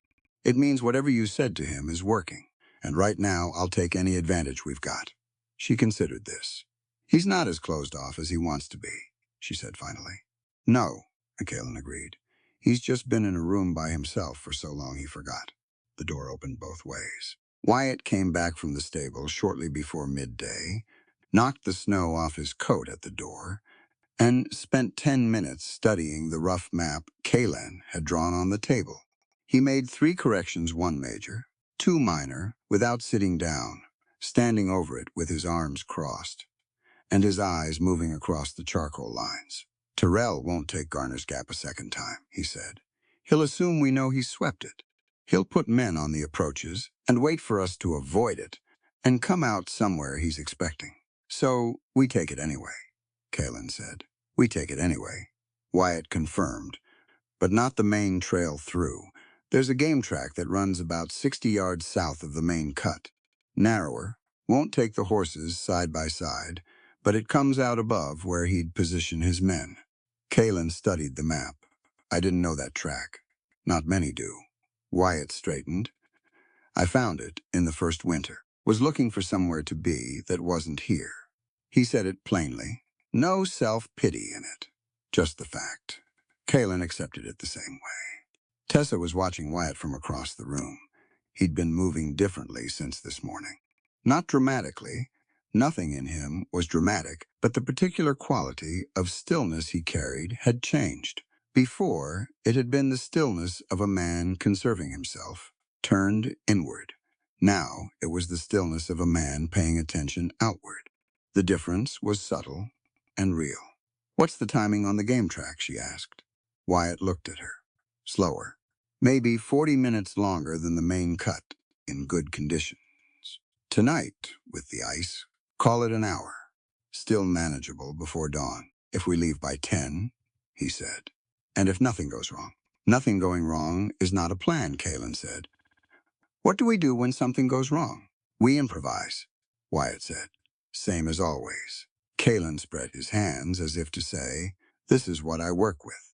The afternoon was when the news came in. Kalen had gone out on foot to check the southern perimeter, the slope below the cabin, the visible stretch of the valley road that could be seen from the high point on the eastern rock face if you knew where to stand. He was gone about 2 hours. When he came back fast. He pushed through the cabin door, pulled it shut, and stood for a moment, catching his breath. His face was serious in a way that was different from his earlier seriousness, not thoughtful, not calculating, alert. They've moved up the timeline, he said. Cross has men on the valley road already, not by midday, like we thought. They're there now, Wyatt, who'd been sharpening his knife at the table. Set it down. How many on the road? I counted 3 from the lookout point. Could be more behind the tree line. Kalen pulled off his gloves and went to the fire. And there's something else. He looked at Tessa. He's not just running a pursuit operation. He's set men in Harker's Crossing. Harker's Crossing was the small settlement at the base of the canyon, the only place with a telegraph office within 40 miles. Tessa understood what that meant immediately. He's cutting off any communication to Cheyenne. Before we can request federal intervention, Wyatt said. Before anyone can, Kellen said. And he's put a man outside the land office, too. Word is Cross told the settlement that he's pursuing a dangerous fugitive, which means people there will see us as criminals, not as. He gestured. People trying to do something legal, Tessa finished. Right. Kalen sat down heavily. He's not just hunting you. He's framing the whole picture. Before you get to tell anyone what the picture actually is. Tessa absorbed this. She looked at the ledger in its oilskin wrapping, sitting on the shelf where she'd placed it that morning. All those names, all those dates, all those families, documented in columns of numbers that a federal judge could read and understand if she could get them in front of him. If. There's something else, Kalen said. He said it with a deliberateness that meant the last thing hadn't been the worst thing. The mining families in the lower camp. I stopped at the edge of the shantytown on my way back. Talked to a woman named Lucia Ferretti. Her husband worked with the Marchetti brothers. He paused. Cross's men went through the camp this morning, asking questions about whether anyone had seen a woman with dark hair carrying a bag, throwing their weight around. He looked at his hands. They're frightened, more frightened than usual, and they were already living scared. Did they say anything? Wyatt asked. About me or where I was? No, Kalen said. Lucia told me they said nothing. They know better than to trust anyone who comes in with Vance's men. He looked up. But they're cornered. Vance has already cut the wages at number 6 by another 15% this month. He's doing it deliberately, Wyatt, squeezing them so tight they can barely feed their families, making sure they're too desperate to think about anything but surviving. The cabin was quiet. Tessa was looking at the map, at the charcoal lines that represented roads and passes, and the thin threads of trails through mountain country. At the small mark Kalen had made for the mining settlement, a cluster of lines at the valley bottom. They're the ones this is all for, she said, half to herself. Yes, Kalen said. And Cross knows that, she said. He knows that going through their camp and showing force is a message. It's not just intelligence gathering. He's telling them, we're here, we're watching, and helping anyone means consequences. Wyatt was looking at the same map, which means getting the ledger to Cheyenne isn't only about the legal case anymore, he said slowly. It's about whether those families ever see the weight come off them. It was always that, Tessa said. She looked at him. That's what I was trying to tell you this morning. This is not an abstract legal exercise. These are people who go to bed every night, not knowing if they'll still have a roof tomorrow. The law exists to protect them. When it fails at that, someone has to pick up the slack. Wyatt held her gaze. He was doing that thing again. She'd noticed listening to her arguments and actually considering them, rather than either dismissing them or agreeing too quickly. It was unexpectedly rare, that quality. She'd encountered men who talked about fairness constantly, but had never once actually reconsidered something in light of a new argument. Wyatt didn't talk about it at all, and seemed, quietly, to actually do it. Cross's timetable works against us, he said finally, moving back to the practical. He's not giving us until dark. He's tightening the circle faster than he should be able to in this weather. He's motivated, Kalen said. He's always motivated. Wyatt stood and went to the window, put his eye to the gap between the shutters. Outside, the pale afternoon light lay flat on the snow. He doesn't just want the ledger. He wants the ledger destroyed and the person who carried it discredited, or disappeared, or both. He paused, looking out at the stillness. That's how Cross works. He doesn't stop problems, he erases them. He won't find it as easy as he's used to, Tessa said. No. Wyatt turned from the window. He looked at her, and there was something in his face. Not softness exactly, but a recognition. He won't. Kalen pulled up his chair close to the map and spread his hands on the table. We're not going to win a straight pursuit race, he said. Not with Cross's numbers and the valley road covered. So we stop running in a straight line and make him react to us instead. He looked at Wyatt. What do you need to set Cross back on his heels for 12 hours? Information, Wyatt said, where his men are positioned exactly, not approximately. And a diversion. He thought for a moment. If his men are at Harker's Crossing and watching the valley road, they're thin on the northern approach. Nobody moves north in winter because the Penrose cutoff is usually impassable. Usually, Kalen said.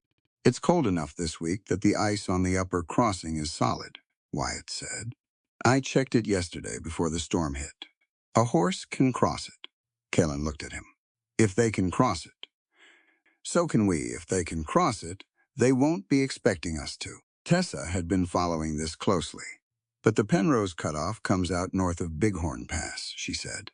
That adds distance to Cheyenne. It adds distance, Wyatt said. It subtracts Cross. He looked at her steadily. Your call. You're the one who knows the ledger and what it needs. She appreciated that, the fact that he asked.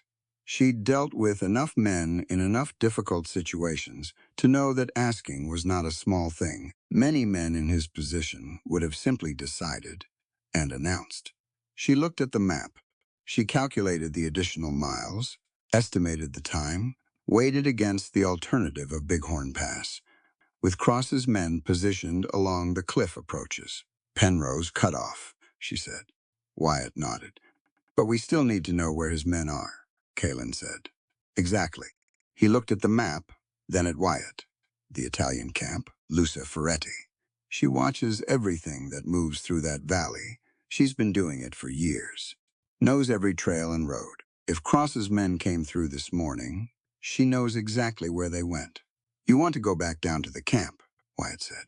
I want us to go down to the camp, Kalen said. He looked at Tessa. All three of us. Or at least. He stopped. Tessa picked up what he'd left off. You want me to come, she said. Kalen was quiet for a moment. I want you to understand that it would help, he said carefully. Lucia doesn't trust strangers. She doesn't trust men she doesn't know. She's been burned too many times. But if she sees you, He looked at her hand, at the scar. "She's heard about the woman who pulled Piero Conti out of that shed fire." Tessa looked at him sharply. "Lucia and the Conti family are close," Kalen said. "They've been here longer. They look out for each other. Piero talks about La Signora con la cicatrice. Everyone in the Italian camp knows the story." He paused. "If you walk in there, she'll know who you are before you say a word." The cabin was quiet for a moment. Tessa looked at the ledger on the shelf. She thought about the risk going down into the valley, closer to Cross's men, closer to everything she'd been running from. Then she thought about Lucia Ferretti, watching from behind a door in a company shanty, while Vance's men walked through her home, asking questions and saying nothing, because she'd learned that saying nothing was the only power she had left. "Then we go to the camp," she said. Wyatt looked at her. "It's not a small risk," he said. "If Cross has eyes on the settlement, I know." She looked back at him. "But if the people who live there have information that gets that ledger to Cheyenne, then their risk and my risk are the same risk." She picked up her coat from the peg by the door. "And I'm done asking them to take risks I won't take with them." Something shifted in Wyatt's expression. She didn't look for it, wasn't watching for it, but it was there. A quiet thing, quick as a match strike. He picked up his own coat without a word. They went down the back slope of the cliff bench on foot, leading the horses for the steepest section where the ice made riding foolish, then mounted for the lower approach. Kalen led the way because he knew the camp's geography and the people in it. Wyatt rode last, watching behind them. Tessa rode midnight. She hadn't ridden him in a real sense, yet the night they'd arrived at the cabin, she'd been too exhausted and too hurt to do anything but hold on. Now, in the flat white light of the winter afternoon, she felt the horse properly for the first time. He was extraordinary. She'd known that from the moment she'd seen him at the supply post, but knowing it and feeling it were different things. He had a mouth that was almost conversational, responsive to the lightest signal, and he moved through the snowy terrain with a sureness that suggested he understood his footing better than she did. He chose his own path in the uneven places, made micro-adjustments she hadn't asked for and didn't need to. She let him, and he rewarded that trust by picking through the difficult sections as if they were a summer trail. She felt Wyatt watching this from behind her, watching the horse or watching her ride him. She couldn't tell and didn't turn to look. The mining settlement appeared below the tree line as they descended a collection of low structures, more than she'd expected, spreading along both sides of a frozen creek bed. Company housing, wood-framed, minimal. But there were signs of the people inside making it their own. A painted door here, a wooden carving hung over a window there, a kitchen garden frozen under the snow with its border stones still carefully laid.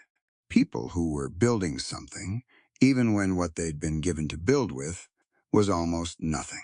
Kalen raised a hand, and they stopped at the tree line. He looked carefully at the settlement, checking. Then he looked back at Wyatt, who gave a small nod, and they moved forward. There were few people visible outside in the cold, but Tessa felt eyes behind the windows as they walked the horses in. Not hostile eyes, careful ones. The particular quality of watchfulness that belongs to people who have learned that strangers are more often threats than not. Kalen stopped in front of a house slightly larger than the others, still small, still company-built, but with a neat pile of cut wood stacked against one wall and a hand-painted sign above the door that she couldn't read from here. He knocked. A pause. Then the door opened 6 inches, held by a woman who looked at Kalen first, then at Wyatt, then settled on Tessa. She was somewhere in her 40s, with dark hair threaded through with gray, and a face that had weathered the kind of years that leave evidence behind. Her eyes were black and sharp, and took Tessa in from top to bottom in a single sweep. Then they found the scar on Tessa's right hand. The door opened all the way. "Entra," the woman said. "Come in." Then, switching to accented but competent English. "All of you." Quickly, they filed in. The house was warm, crowded, rich with the smell of something cooking. 3 children stopped what they were doing to stare at the newcomers from across the single main room. A teenage boy sitting at the table looked up, and Tessa recognized him instantly, the 2 missing fingers on his left hand, the wide, dark eyes. Piero. He recognized her at the same moment. She saw it happen, saw the recognition cross his face like a weather change, saw him start to stand, and then stop, unsure of the etiquette of it. She saved him the trouble. Piero, she said. You look well. He stood all the way up. He was taller than she remembered, 2 years of growing. La signora, he said, and his voice had the careful formality of a young man trying to be dignified about something that was making him want to act considerably younger. He glanced down at his hand involuntarily. How are the fingers? She asked, as matter-of-factly as she'd ask about the weather. Good, he said. I work surface cargo. Good job. I heard that, she said. Your mother told me once you were the hardest worker in the family. Looks like she was right. The woman Lucia Ferretti had been watching this exchange with an expression Tessa couldn't fully read.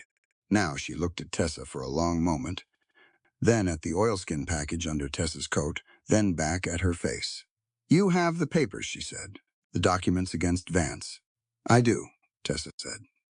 The men came this morning, Lucia said. She moved to the table and sat down, gesturing for them to do the same. Piero remained standing, which Tessa suspected was a deliberate choice, the choice of a young man who wanted to be part of the conversation of adults. She didn't challenge it. They went through every house. They said they were looking for a criminal. I know what a criminal looks like. She looked pointedly at the door, in the direction Cross's men had gone.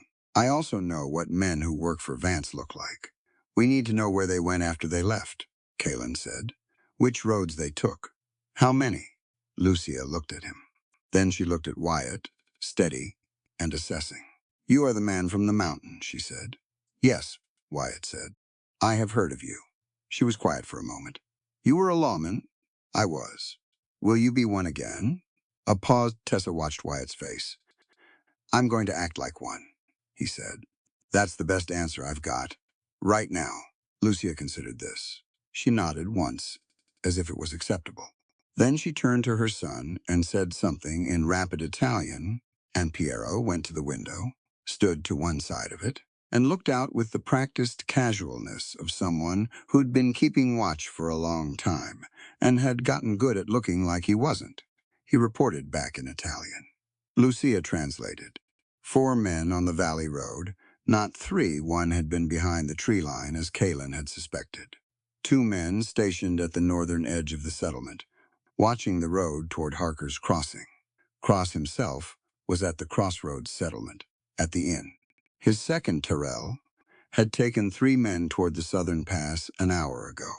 They had left the Penrose approach uncovered. Wyatt caught Tessa's eyes across the table. She gave him a small nod. If you get those papers to Cheyenne, Lucia said, looking at Tessa directly, what happens to Vance? A federal judge reviews the evidence, Tessa said. If it holds, and it will hold, Vance faces charges for what he did. The land transfers tied to the deaths get contested. The mine operations come under federal investigation.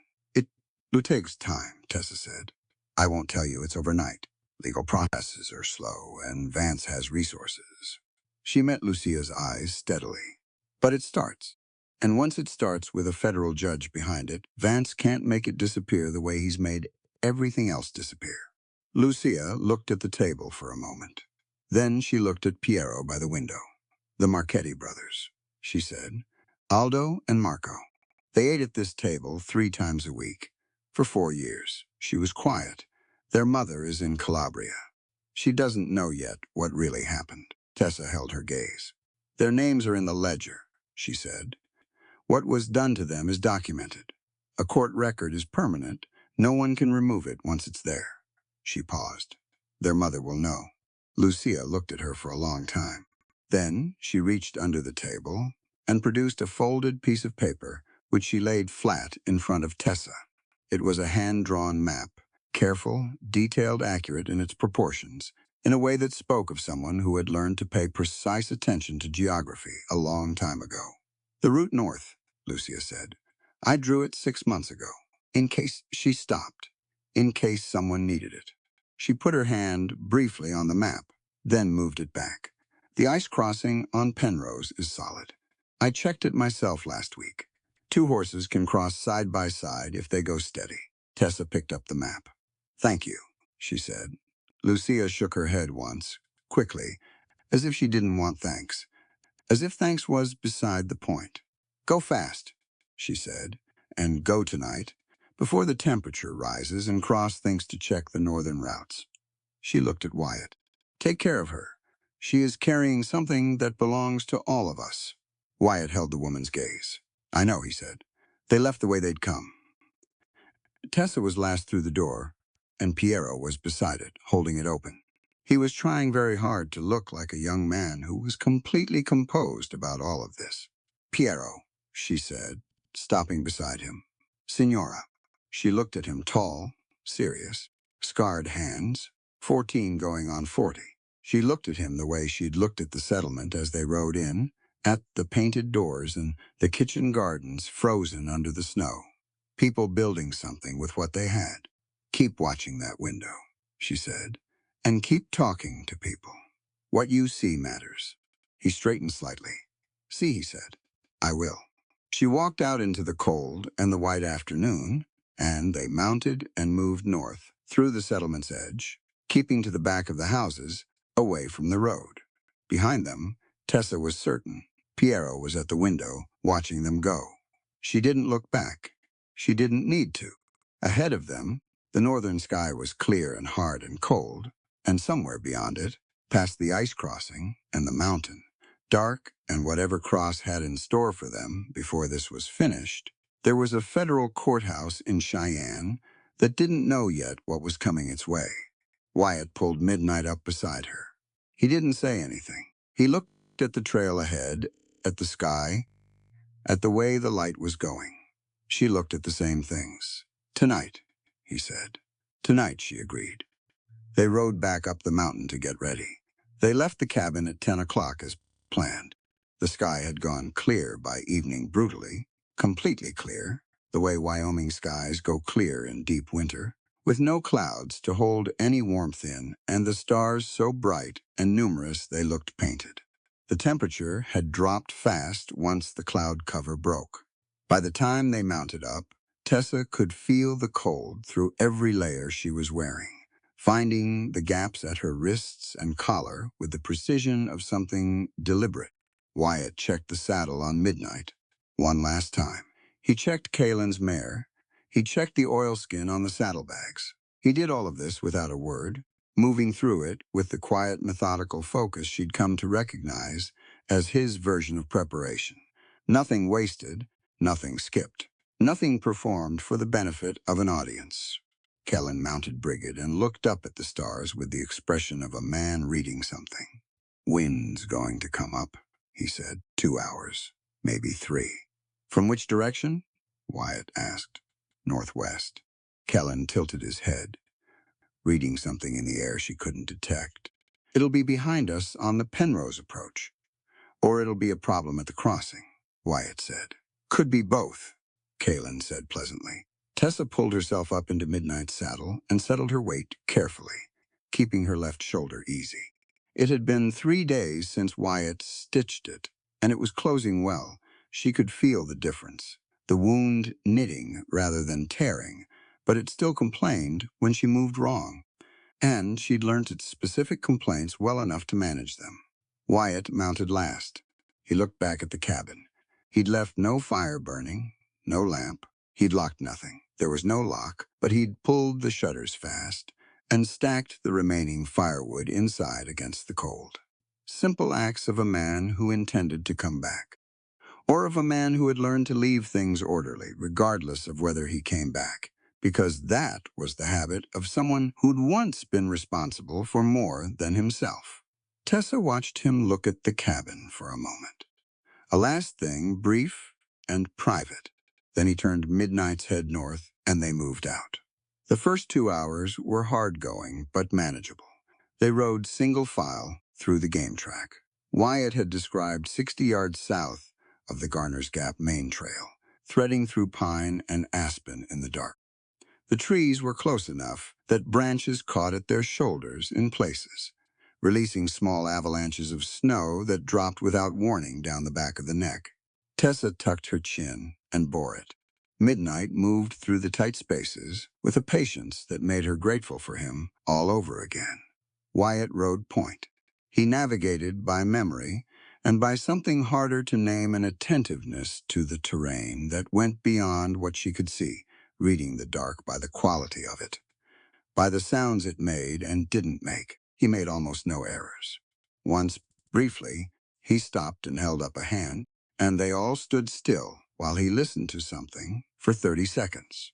Then he moved forward again and didn't explain, and she didn't ask. Kaelin was behind her. She could hear Bridget's quiet footfalls, the occasional creak of Kaelin's saddle leather, and sometimes the low sound of him talking to the mare in what sounded like Irish short, murmuring phrases, the tone of it easy and familiar. She understood, hearing it, why the horse was as calm as she was. They cleared the game track after 40 minutes and emerged onto the northern slope above Garner's Gap. Wyatt stopped them at the tree line, and they looked down. The gap road was visible as a pale slash through the dark, the snow on it undisturbed in this section. No movement, no firelight. Clear, Wyatt said. For now, Kaelin said, the same way Wyatt always said it. Wyatt gave him a look that Tessa could not fully see in the dark, but could feel the shape of. They dropped down the far side. The Penrose cutoff began as little more than a suggestion in the landscape, a place where the terrain arranged itself into a natural corridor between two ridges heading north. Without Lucia's map and Wyatt's knowledge of the country, she'd have ridden past it without registering it as a route at all. That was, presumably, the point. The cold deepened as they climbed. There was no other word for it. It had been cold before, and now it became something else. The temperature at altitude acquiring a physical weight. She pulled her scarf higher, worked her fingers against the leather of the reins to keep the circulation moving. Her shoulder was the warmest part of her, paradoxically, still carrying the deep heat of a healing wound. An hour in, Kaelin's prediction came true. The wind arrived from the northwest. With no warning, it simply appeared, a wall of moving air that hit them broadside, and then settled into a sustained driving force that pushed against their right sides and stole the warmth from exposed skin in seconds. Snow came with it, not the heavy blizzard snow of 3 days ago, but fine, driven snow, crystal small and sharp as ground glass. Wyatt pulled them to a stop behind a granite outcrop that broke the wind partially. Penrose Crossing is another 40 minutes, he said, pitching his voice to Carrie without shouting. We push through or we stop and wait. If we stop, the horses lose their warmth, Kaelin said. We stop, we stay stopped until morning. I know that, Wyatt said. They both looked at Tessa, not in the manner of men deferring a decision they didn't want to make, but in the manner of people who understood that she knew the stakes of the ledger better than either of them, and had already proven she could assess situations honestly. We pushed through, she said. Wyatt nodded once and turned Midnight back into the wind. The next 40 minutes were the hardest she'd had since her horse went down in the blizzard 4 nights ago. The wind made it difficult to think clearly. It was loud enough to require real effort to hear even her own thoughts, and the cold it carried went past discomfort into something that demanded active resistance. She focused on staying in the saddle. She focused on Midnight's ears in front of her, the steady movement of them, alive and attentive in the storm. She focused on breathing. At some point, she realized she couldn't feel the ledger against her ribs. She could feel the oilskin, she could feel the bulk of it, but the sensation from the skin beneath it had gone. She pressed her right hand against it through her coat, counting on pressure where sensation wasn't available. Still there. The oilskin was doing its job. The ice crossing appeared below them as they came over a small rise, and she understood immediately why Lucia had called it solid. The creek at this elevation was narrow, 10 feet across, and the ice over it was thick and white, completely opaque, no darkness showing through. It had the flat, locked look of ice that had been cold for weeks. Wyatt got down and walked it first. He went across slowly, testing his weight at each step, moving from edge to center to edge. The ice held without flexing or speaking. He looked back at them, steady pace. Don't stop in the middle. He brought Midnight across on foot, leading him by the bridle. The stallion disliked the footing, she could see it, in the careful, compressed way he moved, each hoof placed with obvious deliberation, but he trusted the hand at his bridle and crossed without trouble. Kalen brought Brigid across the same way. The mare, with her characteristic composure, crossed as if ice was a moderate inconvenience and not worth dramatics. On the far bank, Tessa let out a breath she'd been holding for longer than she'd meant to. Good, Wyatt said, which was as much celebration as he was apparently inclined toward. 2 miles to the hunting shelter. We stop there, rest the horses, then push on at first light. She'd forgotten about the hunting shelter. He'd mentioned it briefly at the cabin, a rough structure he'd built in the first winter, halfway up a particular ridge, used for exactly the purpose the name suggested. She hadn't thought about it much, focused on the route and the crossing. Now, with the wind hammering and her body at the edge of what she was willing to ask of it, the word shelter was about the most welcome word in any language. They found it in the dark by Wyatt's memory. It was smaller than she'd imagined. A single room barely large enough for 2 people to be out of direct wind, with a low roof weighted with snow and a door that was just a heavy canvas flap weighted at the bottom. But it was tight against the ridge, sheltered from the northwest by the rock face itself, and inside it was out of the wind, which was the single most important thing about it, right now. There was a rudimentary lean-to on the south side, barely big enough for 2 horses. Wyatt and Kalen got the animals in, packed tight together, and threw the wool blankets from the packs over them. Not adequate, but better than nothing. Bridget and Midnight stood pressed close without being prompted, sharing warmth with the sensible practicality of experienced horses. Inside the shelter, Wyatt built a fire in the small stone ring he'd made years ago, using the dry wood stacked against the back wall under an oilskin. He'd left it there on some previous winter trip and hadn't touched it since. The fire was tiny, not big enough to throw real heat, but it was fire. The quality of the air inside changed immediately. The brutal edge of the cold went back a half step. There was no furniture. The floor was tamped earth with a layer of old pine boughs that were dry enough to be useful.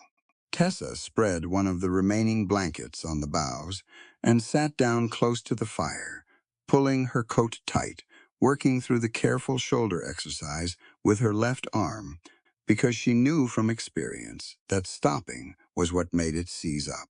Kalen settled against the wall and was asleep in approximately 4 minutes, which was a talent Tessa envied with some intensity.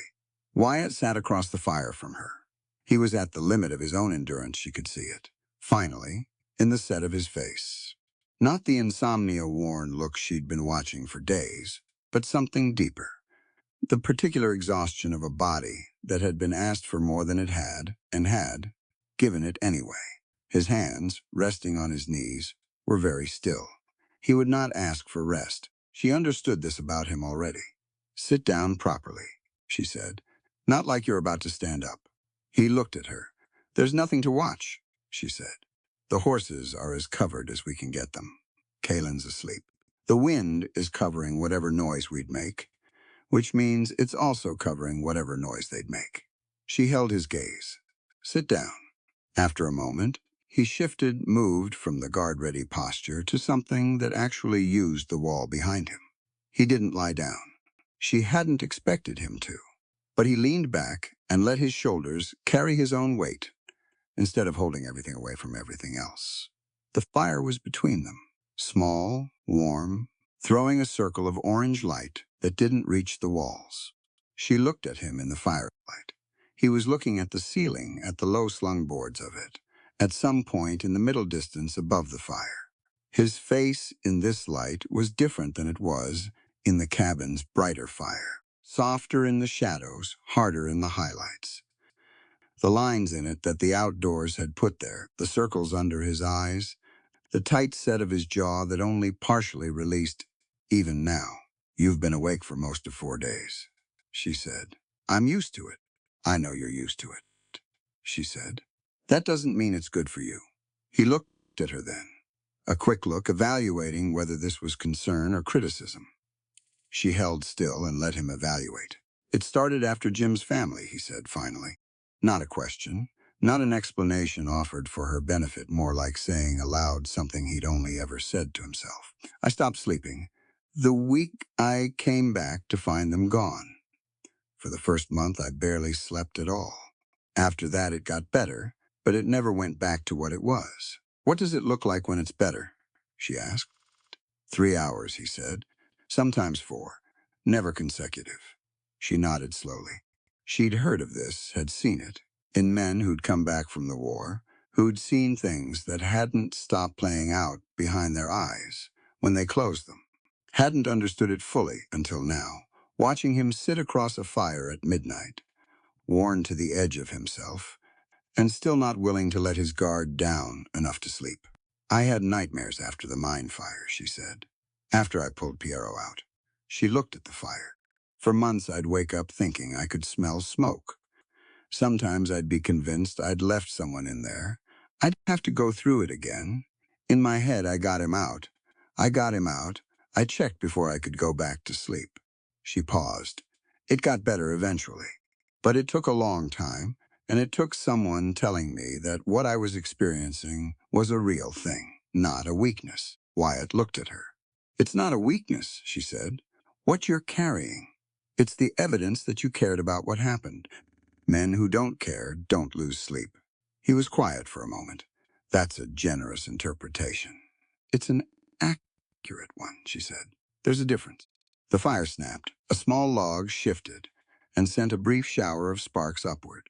Outside, the wind was still running, but it had steadied into a consistent push rather than the irregular battering of earlier, almost rhythmic, almost something you could listen to rather than fight.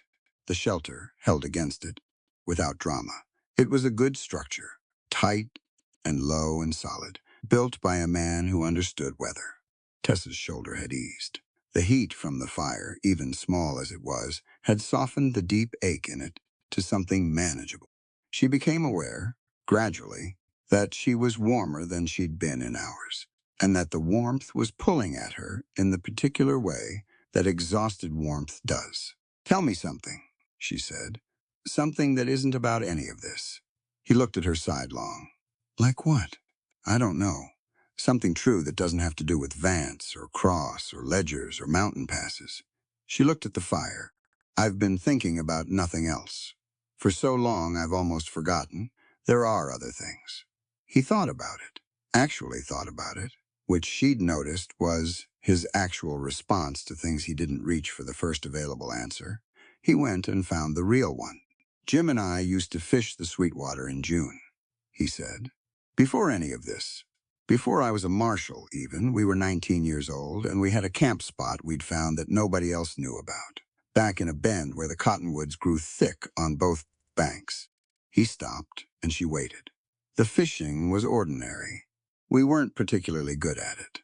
But there was a morning, one morning out of maybe a dozen trips, where the light came through the cottonwood leaves and hit the water, and the whole surface of the river went gold, maybe 20 minutes. Just that one morning." He was quiet. "I've thought about that morning a lot." Tessa looked at him, at the particular careful distance with which he'd held the memory while telling it, keeping it just far enough away to be able to say it out loud. "What do you think about it?" she asked softly. He looked at the fire. "I think it was a good morning," he said, "and I think Jim knew it was a good morning while it was happening, which is rarer than it sounds." He paused. "Most good things you only recognize after they're over. Jim could see them while they were still there." Tessa thought about that. about the kind of presence that let you recognize a golden moment while you were inside it, rather than spending it wishing for something else. She looked at the small fire between them, at the orange light it cast, at the snow beyond the canvas flap, and the sound of the wind carrying everything cold away outside, while in here the air was, just barely, warm. This is a good moment, she said. It came out quieter than she'd intended. I mean, objectively terrible circumstances. But right here, right now, this is a good one. He looked at her. The firelight moved across his face.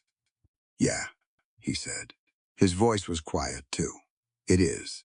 The distance between them in the small shelter had never been very large.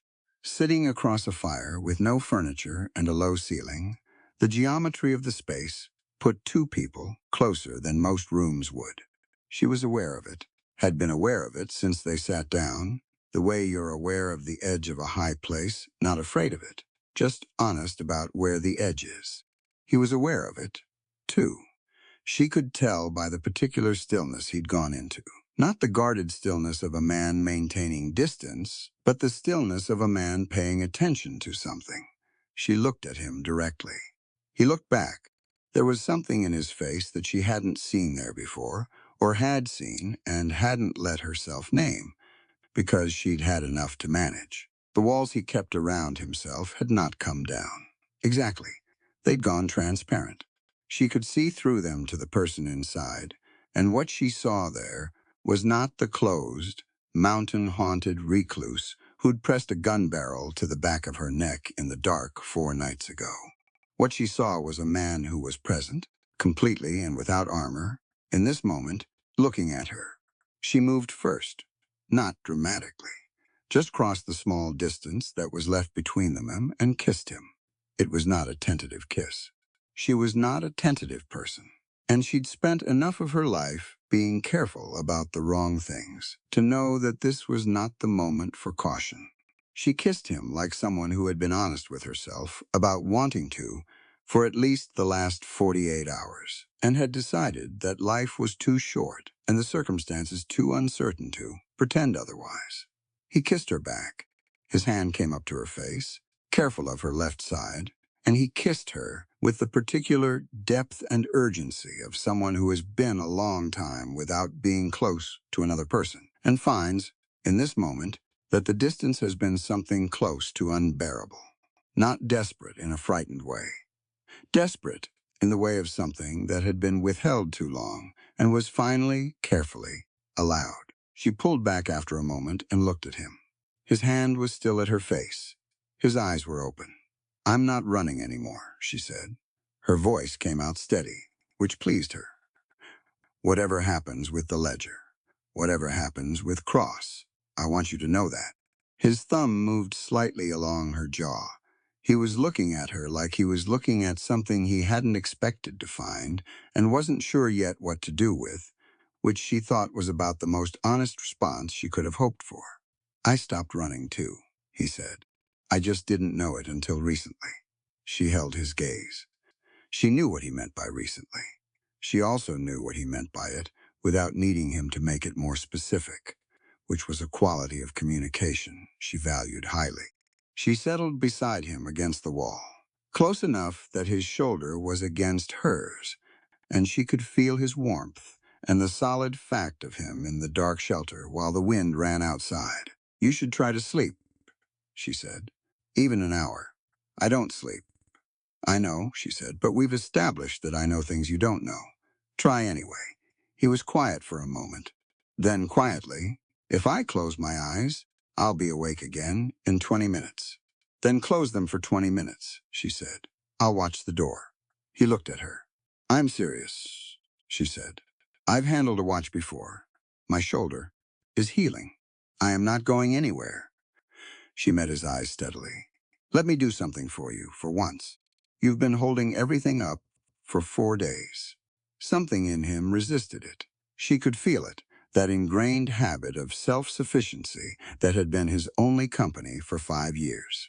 The reflex to say no, because saying yes required trusting someone enough to put something down, and he'd been carrying everything for so long that he'd nearly forgotten putting things down was possible. Wyatt, she said, simply. He looked at the canvas flap, looked at the fire, looked at her. Then he let his head rest back against the wall and closed his eyes. She watched him for a moment.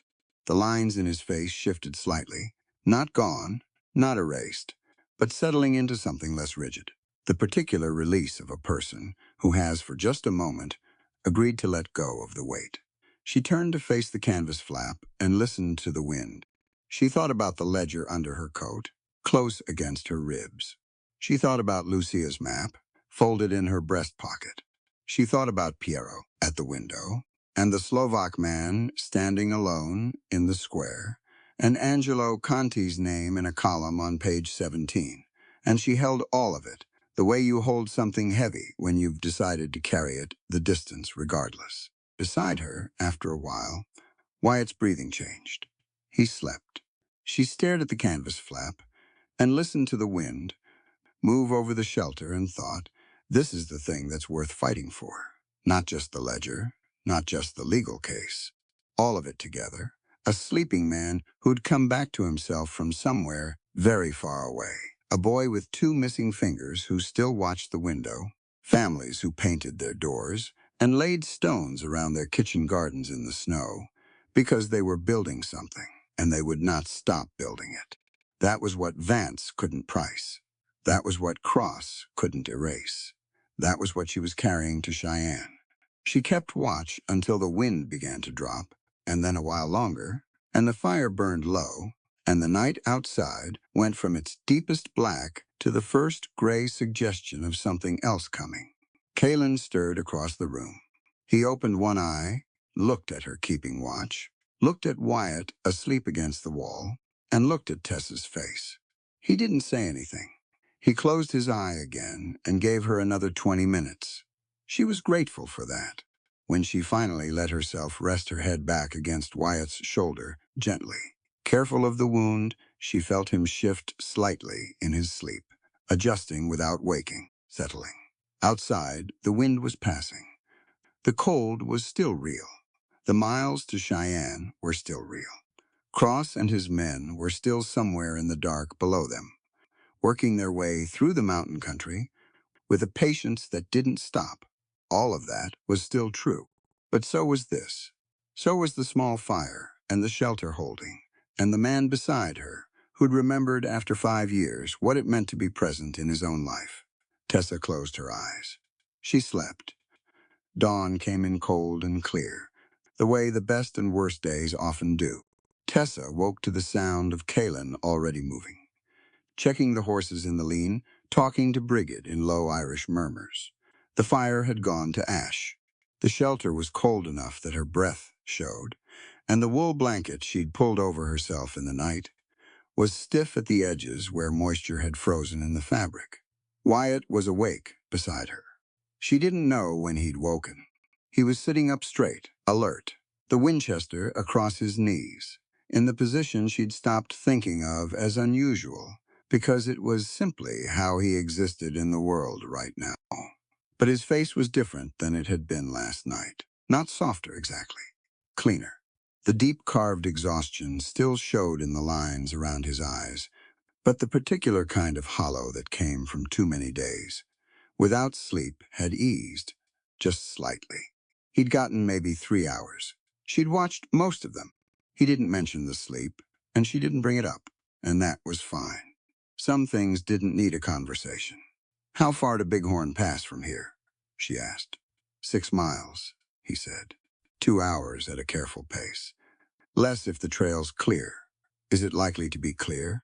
He stood, checked the canvas flap, looked at the light outside. Clearer than last night. Wind dropped, he paused. Cross will be moving at first light, too.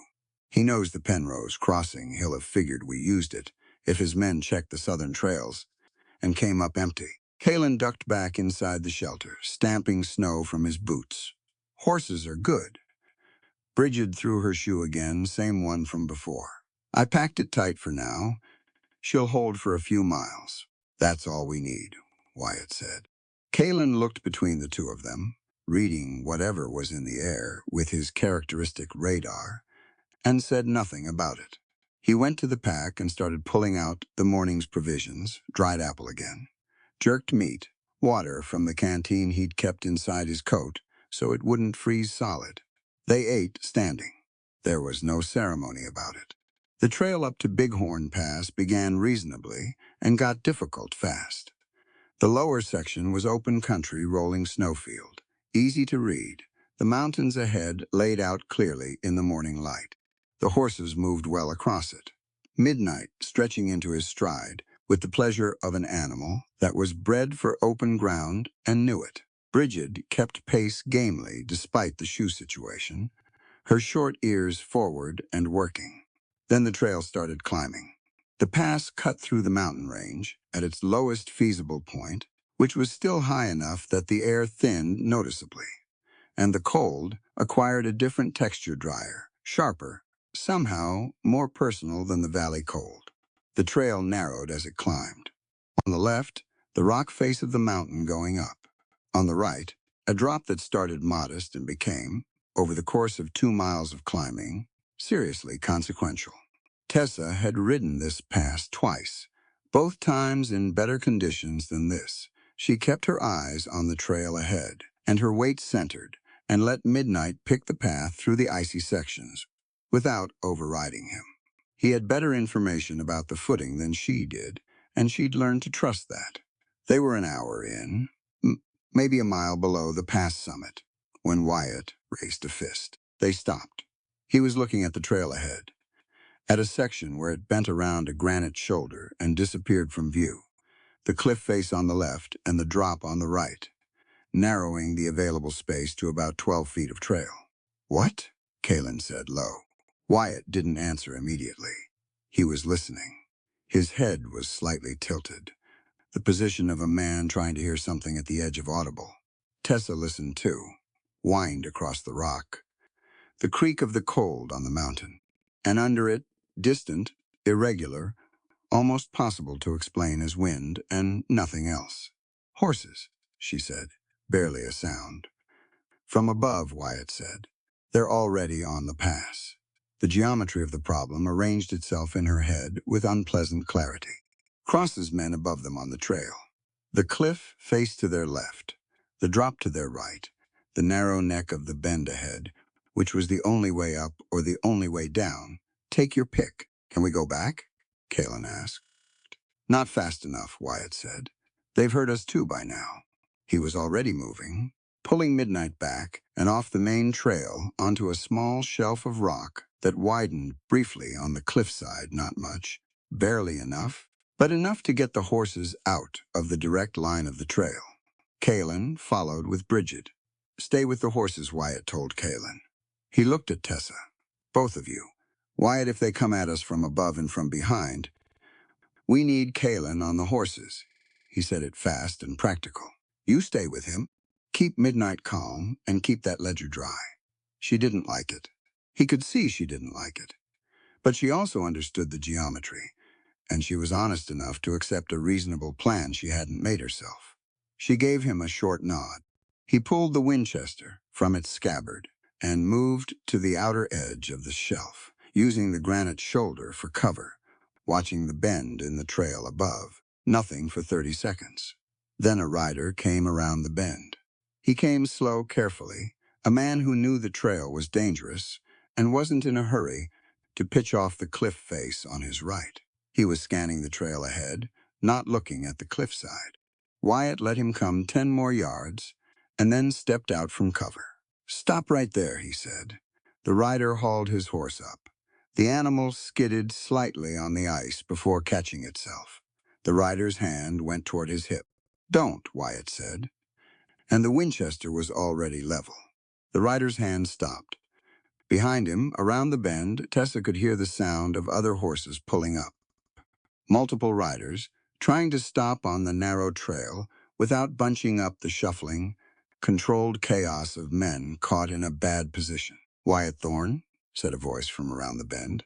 It came out smooth, unhurried, a voice that was accustomed to arriving at scenes it had already arranged. Gideon Cross rode around the bend at a walk. He was a lean man, rangier than she'd expected, on a gray horse that moved with the same controlled ease as its rider. His face was long and angular, clean-shaven, with light eyes that caught the morning, with a flatness that reminded her of river ice bright on the surface, nothing visible underneath. He was well dressed for a man doing this kind of work. Good coat, good hat, everything functional, but nothing careless about the quality of it. He stopped his horse 10 yards from Wyatt and looked at him with an expression of what appeared to be genuine satisfaction. 5 years, Cross said. Cross, Wyatt said. The name came out of him like a stone dropped. You look rough, Cross said. He said it pleasantly, as if they were meeting on a street somewhere. Mountain life suits some men. Looking at you, I'd say you're not one of them. Wyatt held the Winchester steady. Where are the rest of your men? Behind me, Cross said. And below you. He said the second part with a small smile that didn't reach those flat eyes. Tyrrell's been on the lower trail for an hour. Figured you'd come this way, once the valley road was covered. You were always a predictable man, Thorne. It's an endearing quality. Tessa was watching from the shelf. She counted. Cross, the first rider, and she could see 2 more shapes around the bend. That was 4 on the upper trail.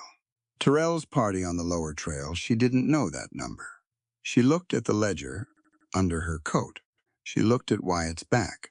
Cross was looking past Wyatt now at the shelf where she and Kalen stood with the horses. He found Tessa, and his eyes settled on her with the specific attention of a man who had been looking for something for a long time and is not surprised to find it where he expected. Miss Marlowe, he said, I'm glad you're alive.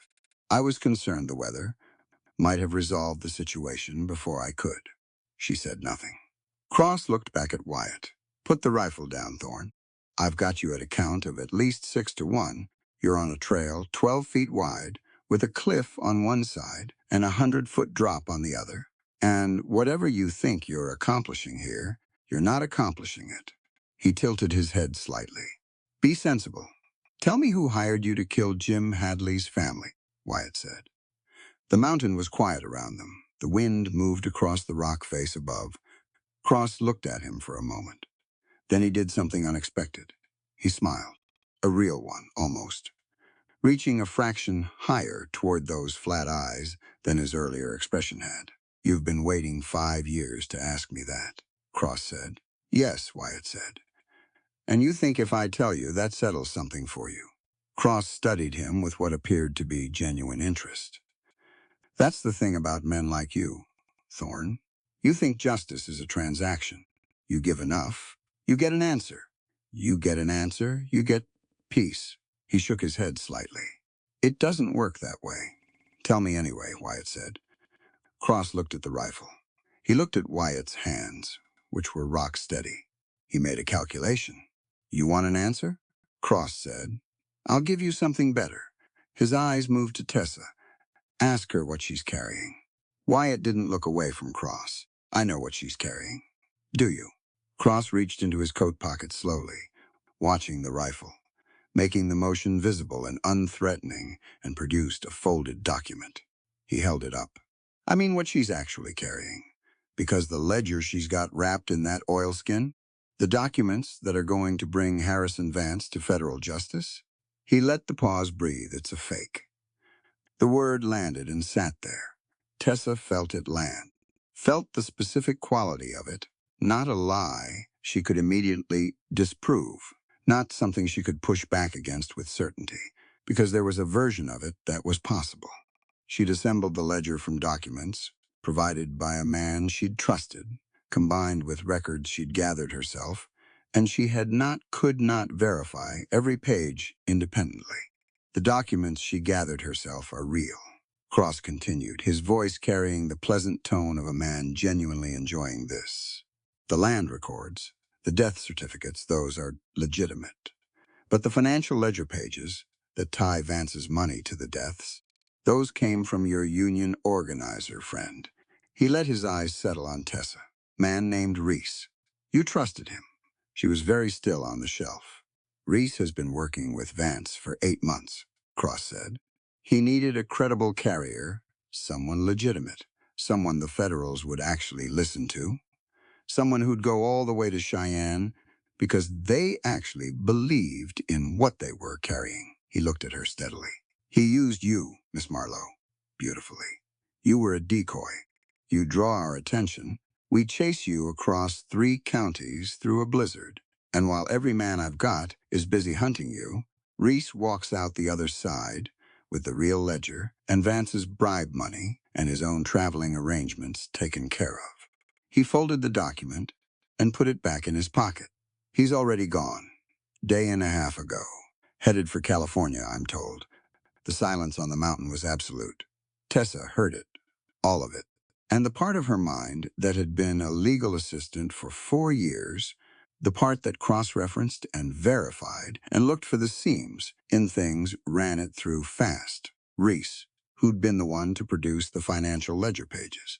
Reese, who'd pushed for urgency, who'd told her to go immediately, not to wait for better conditions or more verification. Reese, who'd known Cross's name before she'd mentioned it, who'd known exactly which routes were covered and which weren't. She looked at the oilskin under her coat. Wyatt had not moved. The rifle had not moved, but she could see from the set of his shoulders that he'd heard it too and was holding very still against whatever it meant. "You're lying," she said. Her voice came out clear. "Or you're telling a partial truth, which is the same as lying with better craft." Cross looked at her. "Is it? The financial pages may be false," she said. "I don't know that yet. But the cross-referenced land records and the death certificates and the accident reports filed within 48 hours of each family's death, those are my work. And they are real. And a federal judge can see the pattern in them without the financial pages if he's paying attention." Cross's expression didn't change, but something shifted in his posture, very slightly. The small adjustment of a man who has encountered a variable he was not fully accounting for. "Without the financial pages, you have circumstantial evidence," he said. "I have a pattern across 11 families over 4 years," she said. "And I have Vance's name on every land transfer that followed every incident. A federal judge will see the pattern." "Possibly," Cross said. "Probably not enough for." "It's enough to open an investigation," she said. "And an investigation is enough to bring people to testify who would never speak on their own. You know that as well as I do." A pause. Cross looked at her for a long moment. Then he looked at Wyatt. "She's impressive," he said. "I'll give her that. Don't talk about her," Wyatt said. "You've changed, Thorne," Cross said. He said it with something that might almost have been nostalgia. "You used to be sensible. Mountains did something to you." He clicked his tongue at his horse, and the gray shifted its weight. "Lower the rifle. This ends here. Give me the ledger. Take whatever case you think you've got, and make your peace with the fact that it isn't enough. And go back to your mountain." "No," Wyatt said. Cross's face didn't change. "No, that's what I said." Cross looked at him for a moment. Then he raised his right hand. She didn't understand what the gesture meant until she heard it a sound from the cliff face above them. A different kind of sound, not the sound of approaching horses, but a faster, sharper sound, the sound of something struck. The blast hit before she could move. It wasn't large, a charge of mining powder, not enough to take down the mountain, but more than enough to shake the cliff face above the trail with a concussive force that sent a crack running through the snowpack on the slope above them. The sound of it was enormous in the canyon, a physical pressure against the ears and chest, and in the half-second silence that followed it, she heard something that made everything else irrelevant, the mountain beginning to move. "Wyatt!" Kalen shouted it from behind her, already pulling Bridget back against the rock face. The avalanche came off the upper cliff face in a wave. Not the full mountain, not enough to bury them all, but a massive slide of snow and ice and loosened rock that hit the trail between Cross's position and theirs like a closing door. The sound was beyond sound. It was a physical event, a force that hit the air and shook the granite beneath them and sent Midnight sideways in a single violent step that nearly took her off her feet. She grabbed the bridle with both hands, hauling the horse back, ignoring the screaming objection from her shoulder, keeping him from going over the right edge of the shelf, by 3 feet of will and desperation. Through the snow cloud and the chaos she saw Wyatt. Cross had moved the moment the blast happened. She hadn't seen it, but she felt the result. Cross was on foot suddenly, his horse scrambling backward up the trail, and he and Wyatt were close together on the narrow trail in the avalanche's aftermath, in the cloud of displaced snow, the Winchester between them. She saw Wyatt make the decision. She saw him look at her one look, fast and total, taking in her position, confirming she was on her feet, and then he turned and went for Cross. He tackled him at the chest. They went over the edge. Not the avalanche, not the cliff face. The right side of the trail, the drop side. The 100-foot drop into the roaring creek below, swollen with snowmelt and moving fast, the water visible as a dark thread between the ice-white banks. Both of them. Gone. She heard herself say his name. She didn't remember deciding to say it. It came out of her completely, leaving a space behind it that was larger than she could account for. The snow cloud settled. The avalanche had dumped across the trail between their position and Cross's men above, a wall of debris 12 feet high. Below, she could hear Terrell's party, pulling up short. The avalanche had reached the lower trail too, not enough to block it completely, but enough to scatter men and horses. They were in a window. 30 seconds, maybe a minute. She looked at the ledger under her coat. She looked at the place where Wyatt and Cross had gone over. Kalen was at her shoulder. His face, usually mobile and readable, was locked into something very still. He'd seen it too. "Tessa," he said. "I know," she said. She heard it in her own voice, the thing that had cracked open, wide and cold. She pressed it down because there was nothing else to do with it right now. No time for it right now. "I know. We have to move," he said. "I know." She looked at the drop one more time, at the dark thread of water visible far below.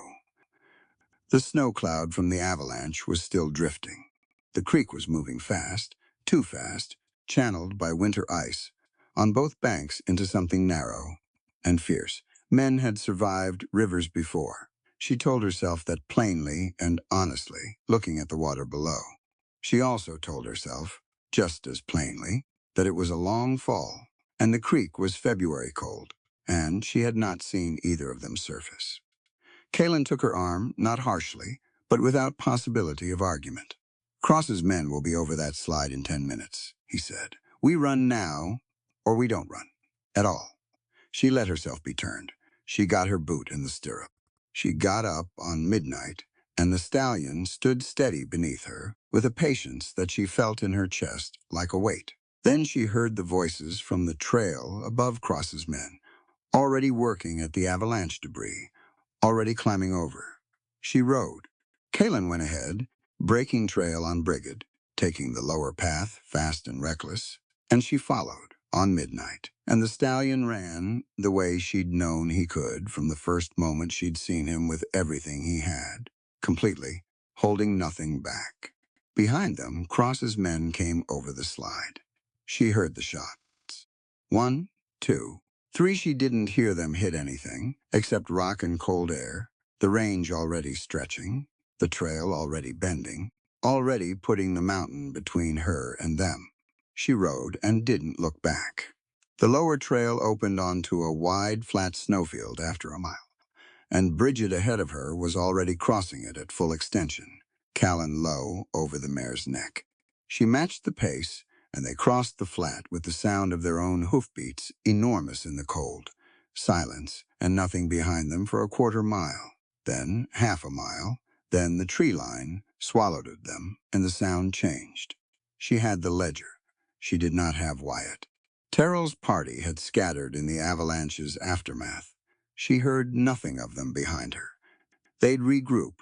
They'd come. But right now, in this moment, she and Kalen were ahead of them and moving. The trail bent east and then south, toward Harker's Crossing, toward the Valley Road, toward the long flat miles between here and Cheyenne.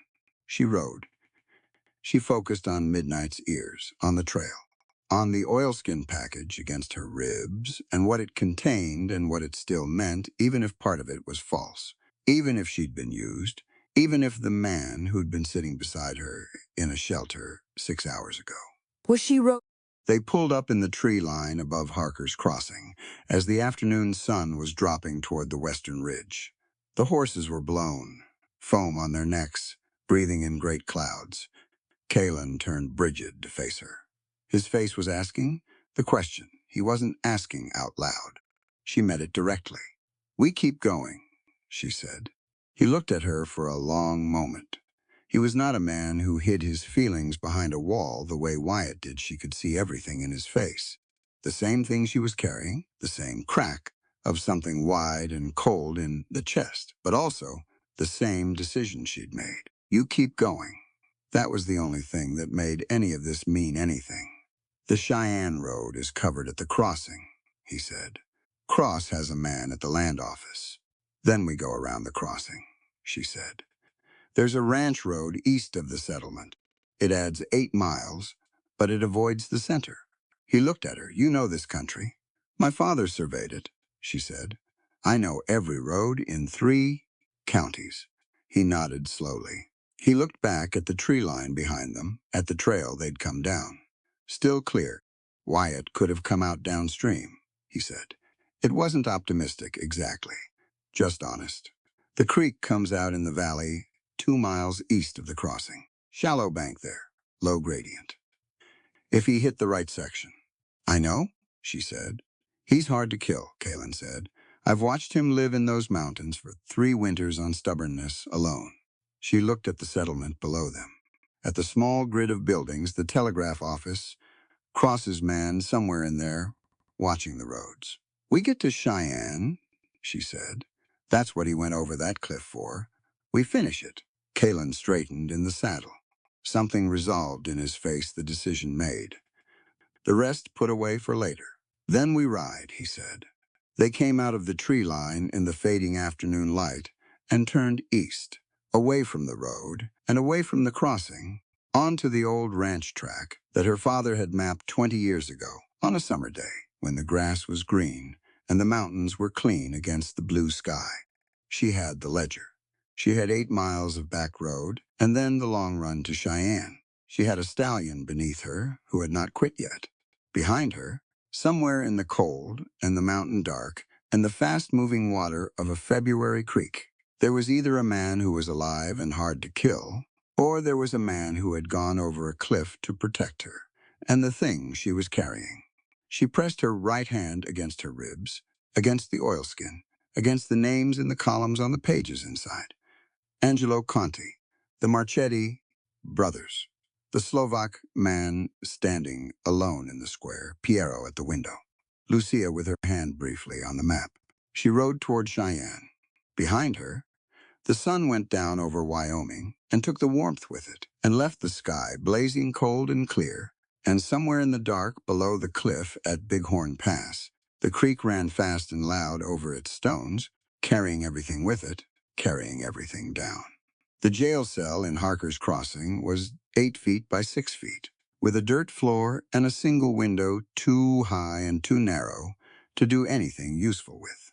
Tessa had measured it by the time the first hour was out. She'd also inventoried everything in it.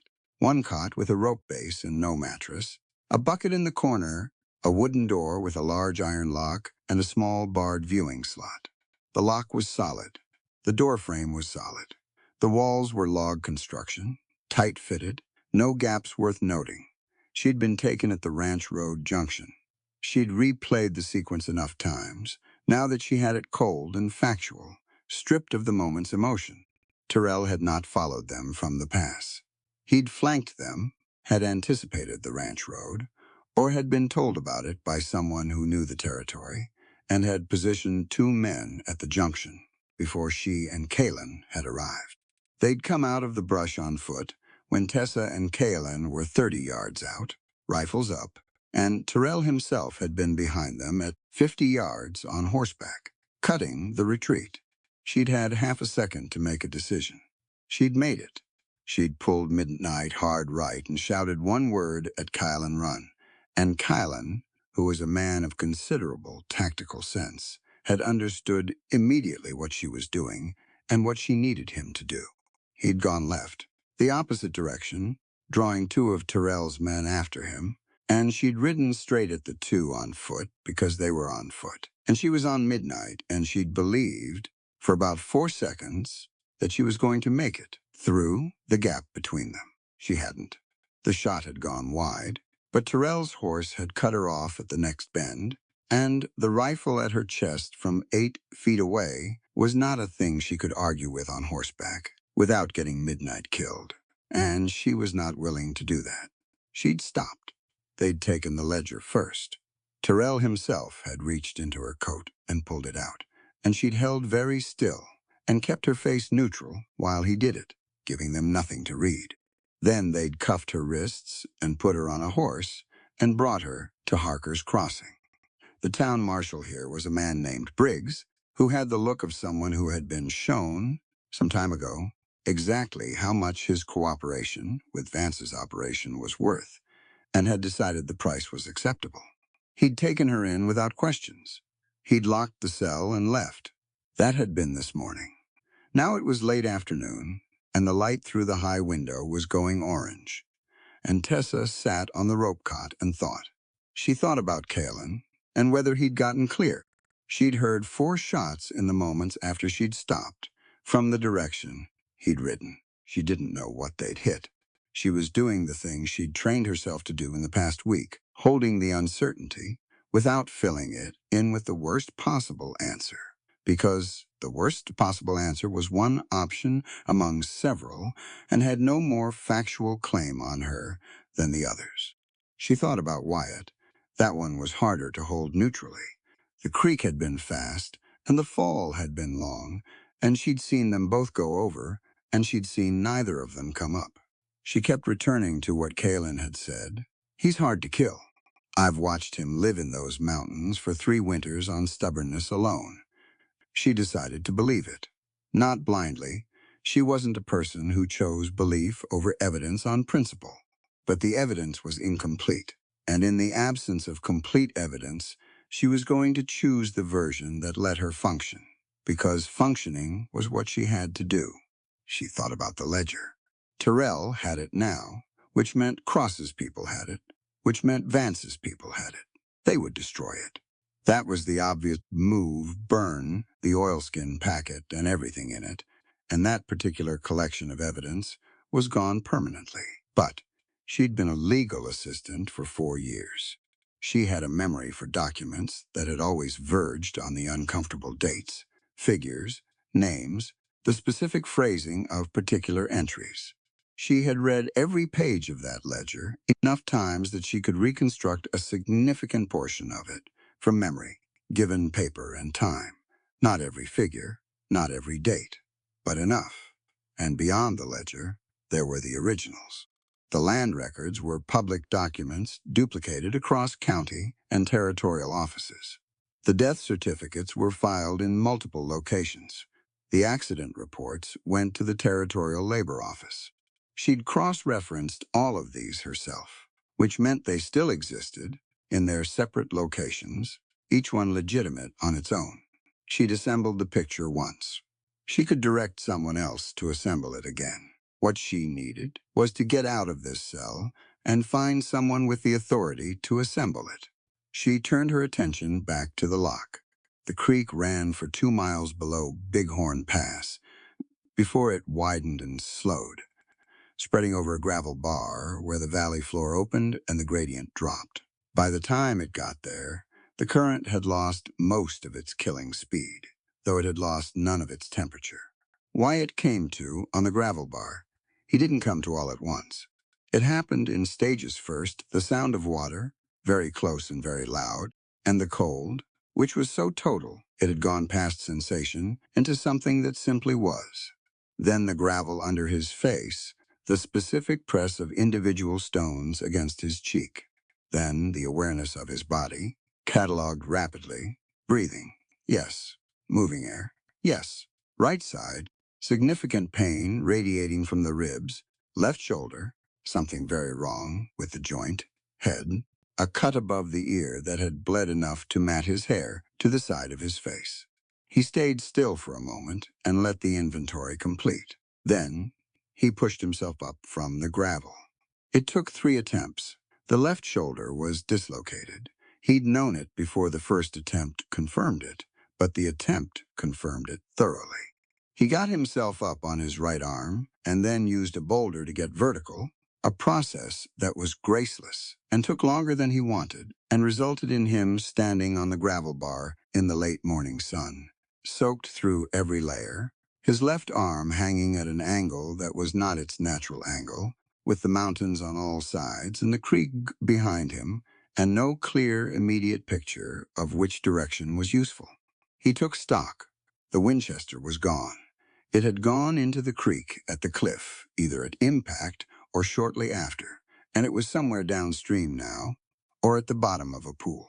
The Colt was still in its holster. The strap had held. He checked it, wet, but he'd clean it and dry it, and it would fire. The knife at his belt was there. Cross, he looked at the gravel bar around him. Downstream him, nothing. Upstream, where the creek bent, nothing visible. Cross had gone over with him. He'd felt the man's weight against him at the edge, the specific physics of 2 bodies going off a narrow trail together. He could not tell from the gravel bar whether Cross had come up somewhere downstream or whether the creek had taken him somewhere else. He filed that problem for later. Cross was alive, or he wasn't, and Wyatt could do nothing about either right now. What he could do, get his shoulder back in the socket, get out of the wet clothes as much as possible, find out where Tessa was. The first item was not something he could do alone with one good arm and no leverage. He looked around the gravel bar and found what he needed about 30 yards upstream, a dead pine that had come down into the creek bank, the trunk wedged at about chest height between 2 boulders, solid and immovable. He walked to it.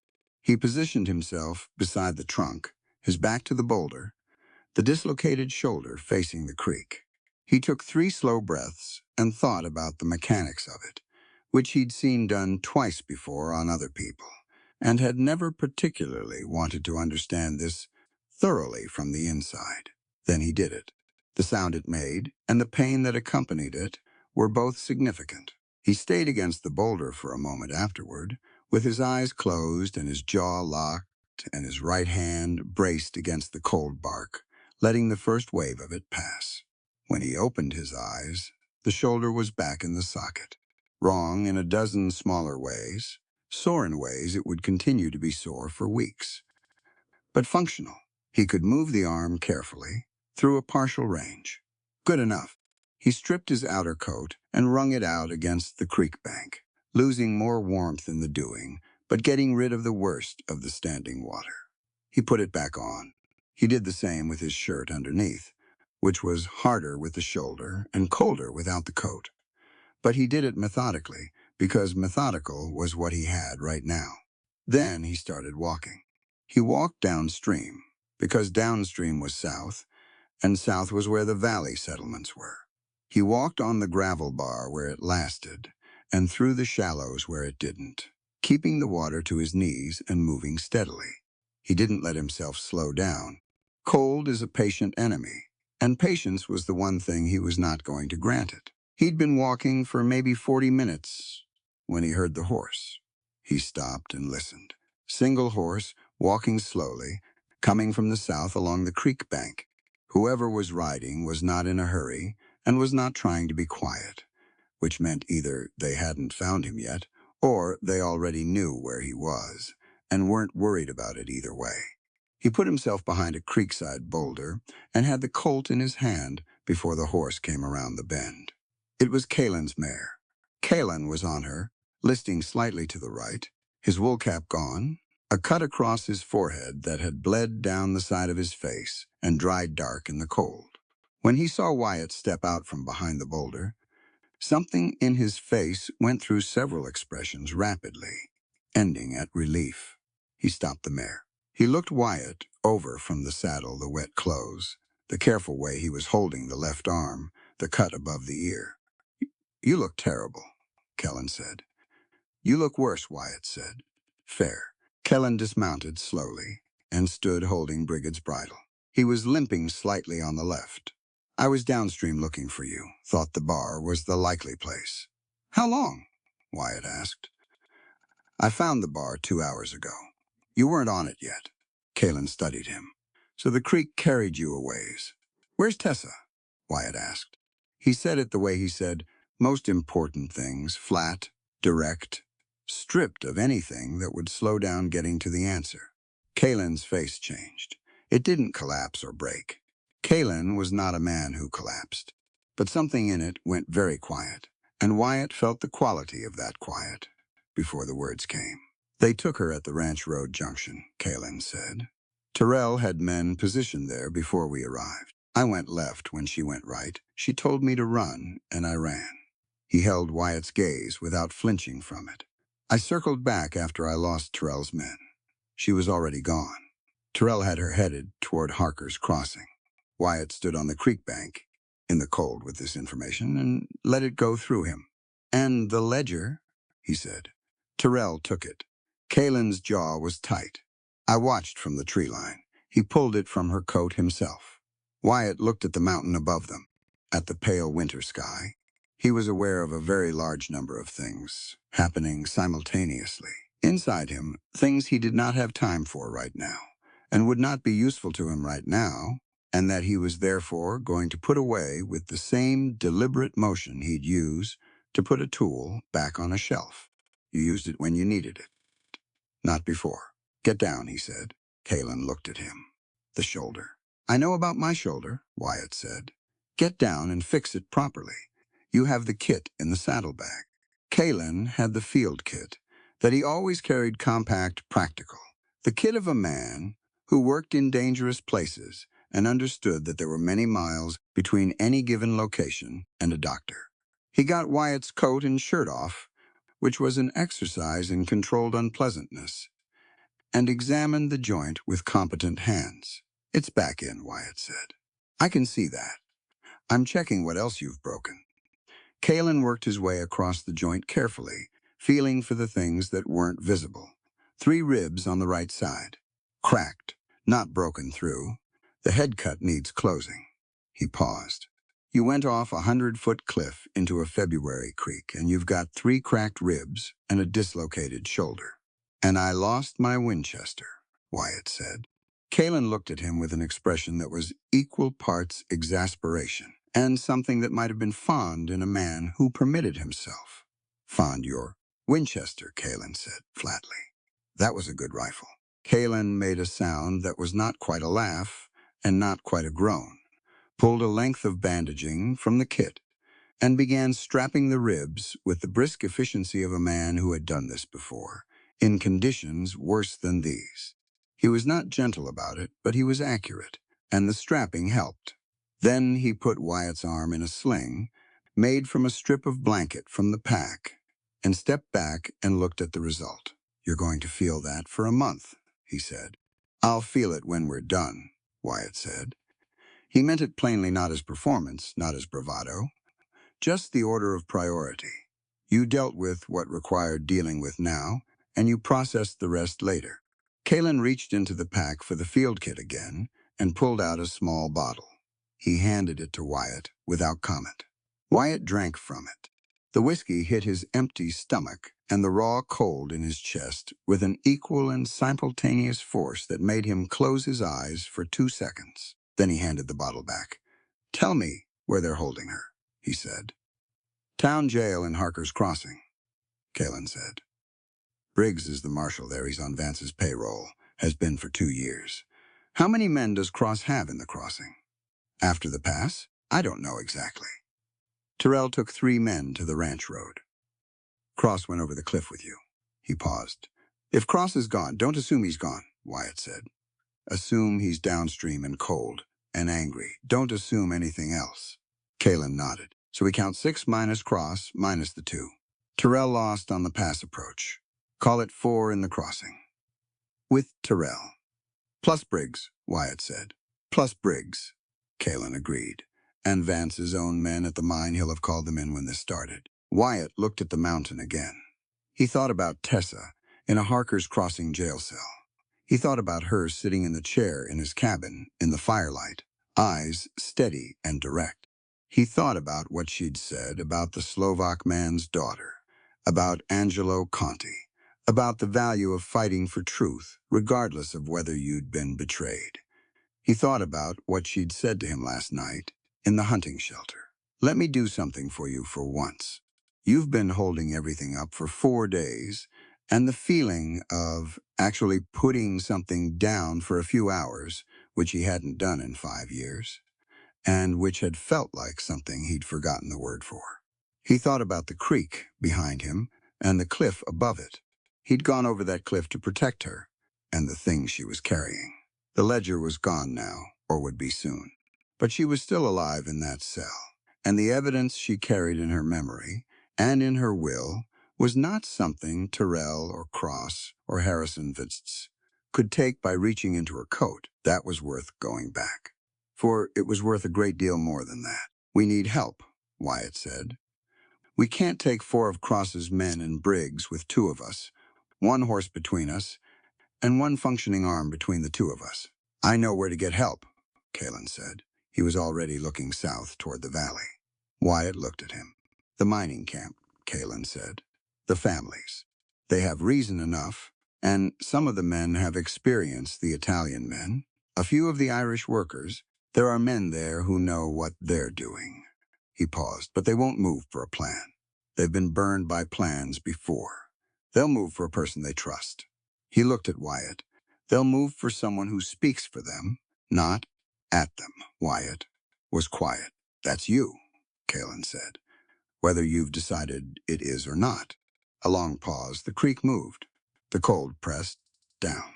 Up the slope somewhere, a hawk made a single sound and then went silent. Kalen crouched beside him and looked at him directly, the way he did when he'd decided something needed saying and intended to say it regardless. You hid in those mountains for 5 years because of an old wound, Wyatt, he said. But pain doesn't fade when you hide from it. It only burns away when you step into the light to do what's right. Wyatt looked at him. He looked at the sling on his arm. He looked at the creek. He looked at the mountains, his mountains, the ones he'd retreated into and lived inside, and used as a wall against everything that had burned in him since Jim Hadley's family was 4 headstones in a field. He thought about what 5 years of hiding had cost him, what it had cost the Slovak man's daughter, what it had cost the men who'd come to him for help and been sent away. He thought about what stepping out of them had given back. Get back on Bridget, he said. I'll ride Pillion. We'll reach the camp before dark. Clint stood up, and for a moment he didn't move toward the horse. He looked at Wyatt with the face of a man who was profoundly glad to be here, in this specific moment, watching this specific thing happen. Then he went to Brigid and got up, and Wyatt got up behind him, and the mare sensible, uncomplaining creature took their combined weight without drama and moved south. The mining camp looked different in the late afternoon. In the daylight, fully, Wyatt could see it in a way he hadn't on their quick pass-through yesterday. The settlement was bigger than it had felt in the dark. More houses, more structure, more evidence of people who had built themselves a life here out of the material they'd been given. Gardens under the snow, woodpiles stacked and covered, children's things left on porches. And the people, they came out when Kalen and Wyatt rode in, not in a rush carefully, the way people come out who have learned that visitors sometimes mean trouble. Women, men, teenagers. They recognized Kalen. Some of them recognized Wyatt from the brief visit of the day before, or from the description of the man from the mountain that passed through settlements the way descriptions always did. Lucia Ferretti was at her door. She looked at Wyatt, at the sling, the cut above his ear, the wet, stiffened coat. She looked at Kalen's cut forehead. She read the situation with the speed of someone who had been reading situations that contained bad news for a long time. Come inside, she said. They came inside. Piero was there, and the younger children, and 2 men Wyatt didn't know who turned out to be neighbors, Romano, a broad man in his 50s with a miner's arms, and a younger man named Devlin, Irish, ex-army, Who had the eyes of someone who'd seen organized violence before and understood its mechanics? Kalen explained quickly. Where Tessa was, who had her, what she'd been carrying and why, what the ledger contained. He explained it in the flat, factual register of a man delivering a briefing, without embellishment and without leaving out the hard parts. The room listened. When Kalen was done, Romano looked at Wyatt. "You were the marshal," Romano said. It wasn't a question. "I was," Wyatt said. "Why did you stop?" Wyatt looked at the man, at his broad hands, which had miner's damage on them, old injuries. Healed wrong. At the seriousness in his face, the specific seriousness of a man asking a question that matters. "Because I made a mistake," Wyatt said. "And I let the mistake become a reason to stop." He paused. "I'm done letting it be that." Romano looked at him for a moment longer. Then he nodded. Once, with the manner of a man who had decided that was a sufficient answer. Devlin leaned forward from his chair. "The woman, the ledger she was carrying, if Vance's men have it, they'll burn it." "Yes," Wyatt said. "So the evidence is gone. The documents she assembled herself can be reconstructed," Wyatt said. "The land records, death certificates, accident reports, they're in county offices, territorial offices, multiple locations. She cross-referenced all of them. If she can direct a federal investigator to each sources. If she gets out of that jail," Devlin said. "That's what we're working on," Wyatt said. Lucia had been standing by the door, listening to all of it with the particular attention of someone who was not just following the information, but measuring something about the people delivering it. Now she spoke. "The Marchetti brothers," she said to Wyatt, directly. "Their names were in the ledger." "Yes," Wyatt said. "And you'll go back into that town with one arm in a sling and Cross's men waiting to get this woman out." She looked at him steadily. "Why?" Wyatt met her eyes. He thought about the easy answer, the tactical answer, the strategic one about getting the evidence to Cheyenne and the case before a federal judge. All of that was true. All of that mattered. But Lucia's question was asking for something more specific than that. "Because she went in there for your families," he said. "For Aldo and Marco, for Angelo Conti, for the 11 others. She went in without a gun and without anyone watching her back. And she went anyway because she believed it was the right thing to do." He looked at his hand, his right hand, the good one, resting on his knee. "I'm not going to let that stand for nothing." The room was quiet. Lucia looked at him for a long moment. Then she looked at Romano and at Devlin and at Piero, who was standing by the wall with the expression of someone trying very hard to look like he was not about to volunteer for something. "Piero," Lucia said, in Italian. The boy straightened. She spoke to him quietly for a moment. He listened, nodded, and went to the back of the house without another word. She turned back to Wyatt. "He knows the back approach to the jail. He's mapped the whole town. He's been doing it for a year, watching where Vance's men go and where they don't." She said it simply, without drama. "We've been preparing, in case someone came who was worth preparing for." Wyatt held her gaze. "He stays back from the action," Wyatt said. "He gives us the map, and he stays clear." Lucia looked at him with the expression of a mother who is measuring the distance between what she wants and what she can control, and making her peace with the math. "Agreed," she said. Romano put his hands on his knees and stood up. "I can put together 8 men tonight. Men who know what they're doing and why." He looked at Wyatt. "You give us the plan." Wyatt looked at Kalen. Kalen was already pulling the charcoal stick from his coat pocket. "Clear the table," Wyatt said. "We've got until dark." The plan took 2 hours to build and another hour to wargame, working through the variables that Devlin, with his ex-army experience, was particularly good at finding. Wyatt ran it like a man who had done this before, not in a showy way, not with any performance of authority, but with the kind of quiet directness that made people want to follow the thread he was laying down. He was aware, in the back of his mind, of what was happening. He was standing in a room full of people who'd been told for years that they didn't count, that their lives were arithmetic in someone else's ledger. that the law existed for men like Harrison Vance and not for men like Romano or women like Lucia or boys like Piero. He was asking them to take a risk on his behalf and on Tessa's and on a principle. He was not going to ask that cheaply. "I want to be straight with you about this," he said, before they finalized anything. He looked around the room. Romano, Devlin, Kalen, the three other men who'd joined, Lucia by the door. "This is dangerous.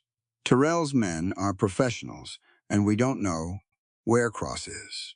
If this goes wrong, there will be consequences, and some of those consequences will fall on people in this camp, even if they had nothing to do with it." He held their eyes. "You have every right to say no. Anyone who says no walks out of this room, and that's the end of it." No one moved. He nodded slowly. "Then we go tonight," he said. 2 hours after dark. "Devlin, you take the south approach. Romano, you've got the east. Kalen and I go in from the north through the alley." Piero mapped. He looked at the charcoal. "We get Tessa out. We hold the jail long enough to get clear. Then we ride for Cheyenne, and we don't stop." He looked at the room. "And then this is over," he said. "Vance is done. The evidence gets in front of someone who can use it, and every name in that ledger gets the record it deserves." Romano looked at him steadily. "You believe that?" "Yes," Wyatt said. "I do." He hadn't said those words about anything. In 5 years, saying them now, in this room, to these people, it felt like something returning. Not restored to what it had been before. Something different. Something built from what the years had actually been, rather than from what he'd hoped they'd be before everything burned. Kalen, beside him, said nothing, but Wyatt felt him look over briefly and look away. Outside, the sun finished going down over Wyoming, and the stars came out hard and cold and brilliant, and in a jail cell in Harker's Crossing, Tessa Marlowe sat on a rope cot in the dark and thought about what she was going to say to a federal judge, and waited. She was still waiting when the first sound reached her from outside the window, distant hoofbeats moving with purpose, coming from the north. She sat up straight. She listened. The mining camp looked different at night. Wyatt had seen it twice now, once in the pale afternoon, once in the blue hour before dark, but at night. With the stars hard overhead and the cold pressing down on everything, it looked like something that had survived. Not thrived. Survived. There was a difference, and the difference showed in every shuttered window and bolted door. In the careful way the lamplight leaked out rather than spilling. He and Kalen rode in, slow, no sudden moves. People who'd been hurt enough learned to read approach the way animals did, and Wyatt wasn't about to give anyone a reason to scatter. Lucia opened her door before they knocked. She looked at his sling. She looked at the cut above his ear, which Kalen had stitched closed on the creek bank with the field kit, and no ceremony. She didn't say anything about either. She stepped back and let them in. Word moved through the camp the way it always did in tight communities without anyone visibly carrying it. By the time Kalen had unrolled his charcoal map on Lucia's table, there were 9 people in the room.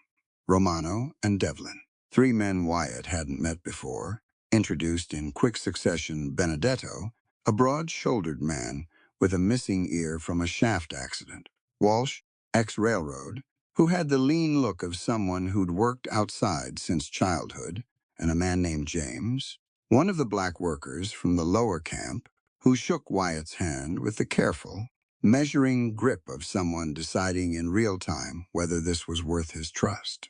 Wyatt understood that grip. He met it straight. Piero was in the corner, and Lucia had not sent him out. That told Wyatt something about what she expected tonight to require. "Here's what we know," Wyatt said, and laid it out flat. Tessa in the cell. Terrell's 4 men, plus Briggs. The ledger taken. Cross unaccounted for, which meant he was either dead in the creek or recovering somewhere, and building toward a second problem. The Cheyenne Road covered at the main crossing. He didn't dress it up. He didn't make promises he couldn't keep. Without the financial pages, the evidence is thinner than it should be, he said. Tessa can direct a federal investigator to every underlying document, the land records, the death certificates, all of it. But she has to get out of that cell first, and we have to get her to someone who will listen. He looked around the room. That's the whole picture. I'm not going to tell you this is clean or easy. James leaned forward in his chair. What about after? Vance has men at the mine. Even if you pull Tessa out of that jail tonight, he's still standing. Vance doesn't stand once a federal investigation opens, Wyatt said. The evidence Tessa carries in her head is enough to start one. Once it starts, it doesn't stop. He paused. But tonight is the first move. We take it one step at a time. Romano looked at him across the table. And you'll lead this? Yes, Wyatt said. Why should we follow a man who walked away from his badge? This from Benedetto. Direct, not hostile, the question of a man who'd been misled by authority before and wanted an answer before he committed. Wyatt held his gaze. Because I stopped hiding, he said. And because you deserve someone who shows up for you, not just someone who shows up for a paycheck. He looked at the room. I can't give you back the time I wasted in those mountains. I can give you tonight. The room was quiet for a moment. Then Romano put his hands flat on the table. Tell us the plan. It came together piece by piece, the way plans do when the people building them actually know the terrain. Piero had mapped the jail from the outside the window positions, the alley behind the east wall, the guard rotation Briggs kept, which was predictable because Briggs was a predictable man. Devlin had the ex-army instinct for timing, and he caught the holes in the first version of the plan and fixed them without ego. Walsh knew the side road behind the livery, which gave them an exit route that didn't cross the main street. An hour in, Kalen made coffee on Lucia's stove, and nobody argued about the timing of it. Wyatt was standing over the map when James came up beside him, quiet, not making an announcement of it. The workers in the lower camp, James said, low, the black families. They've kept their heads down because they had to. But they know what Vance is. They've known longer than most. He looked at the map. You get Tessa out and get that case in front of a federal judge, they'll testify. All of them. Wyatt looked at him. I'm telling you, James said, because you should know what's waiting in Cheyenne if you get there. You're not riding toward nothing. Wyatt nodded slowly. I appreciate you telling me. James nodded back and returned to his chair. Around the table, the planning went on. Walsh and Benedetto on the livery road. James and two others covering the south exit in case Terrell's men moved to the street. Romano blocking the path between the jail and the main road. Devlin coordinating the timing. Kalen and Wyatt going through the east alley to the cell window. Piero staying at the camp's northern edge, with a lantern one swing if the road stayed clear, two swings if riders came from the north. Lucia brought the lantern over herself and put it in her son's hands. She said something to him in Italian, quiet and specific. He listened, nodded once, and straightened. Wyatt looked at him. You know what you're doing, C. Piero said. Then, in English, I have been watching this town for a year. Nobody watches back. There was something in that sentence that was worth more than its words. Wyatt felt it land. Good, he said. They moved out 2 hours after dark. The cold was extraordinary, even by Wyoming standards in February, the kind of cold that had weight to it, pressing down on the landscape and muffling every sound. That worked in their favor. Cross's men would be inside somewhere, warming themselves, relying on the temperature to do the work of keeping the streets clear. They came into Harker's Crossing from 3 directions, on foot from the edge of town, horses left in the trees with Walsh watching them. The settlement was small enough to cross in 2 minutes at a normal walk. At the careful pace they were keeping moving in the shadows between buildings, stopping to listen. Moving again, it took 10. No one on the main street. Light in the saloon, light in the inn. Wyatt and Kalen hit the east alley at the agreed time and moved along the back wall of the jail. The window was exactly where Piero had said. High up, but not impossibly high, and the bars on it were iron solid. But the mortar fixing them to the frame was old and had cracked in multiple places from the freeze-thaw cycles of Wyoming winters. Kalen had brought a cold chisel and a short-handled mallet wrapped in cloth to muffle the sound. He worked at the mortar around the bottom bar for 4 minutes, silent and focused, while Wyatt watched the alley. The bar came loose. Kalen pulled it free and passed it to Wyatt and leaned up to the window. "Tessa," he said, barely sound, a pause. Then, from inside, steady and immediate, "Kalen." "Wyatt's here," he said. Another pause, shorter. "Is he alive?" Kalen looked at Wyatt. Wyatt stepped up beside him and put his face to the window. "I'm alive," he said. The silence from inside the cell lasted about 3 seconds. "You look terrible," she said. Despite everything, the cold, the sling, the long creak, the weight of the night ahead, something in Wyatt's chest moved. "So I've been told," he said. "Is there a plan getting to that?" he said. "Stand back from the window." She stood back. Harrison Vance had not planned for this night. That was the thing about men who hired enough people. They stopped planning for specific failures because they paid other people to prevent them. His planning had stopped at Cross and Terrell. Below that, he had assumed. Assumptions were the enemy of good security. Wyatt had known that for 15 years. The east wall of the jail had 2 bars on the window. They got the second one free in 6 minutes, and the opening was enough, barely, for a person to come through sideways. Tessa came through sideways. Her injured shoulder scraped the frame, and she didn't make a sound about it. Kalen caught her on the way down.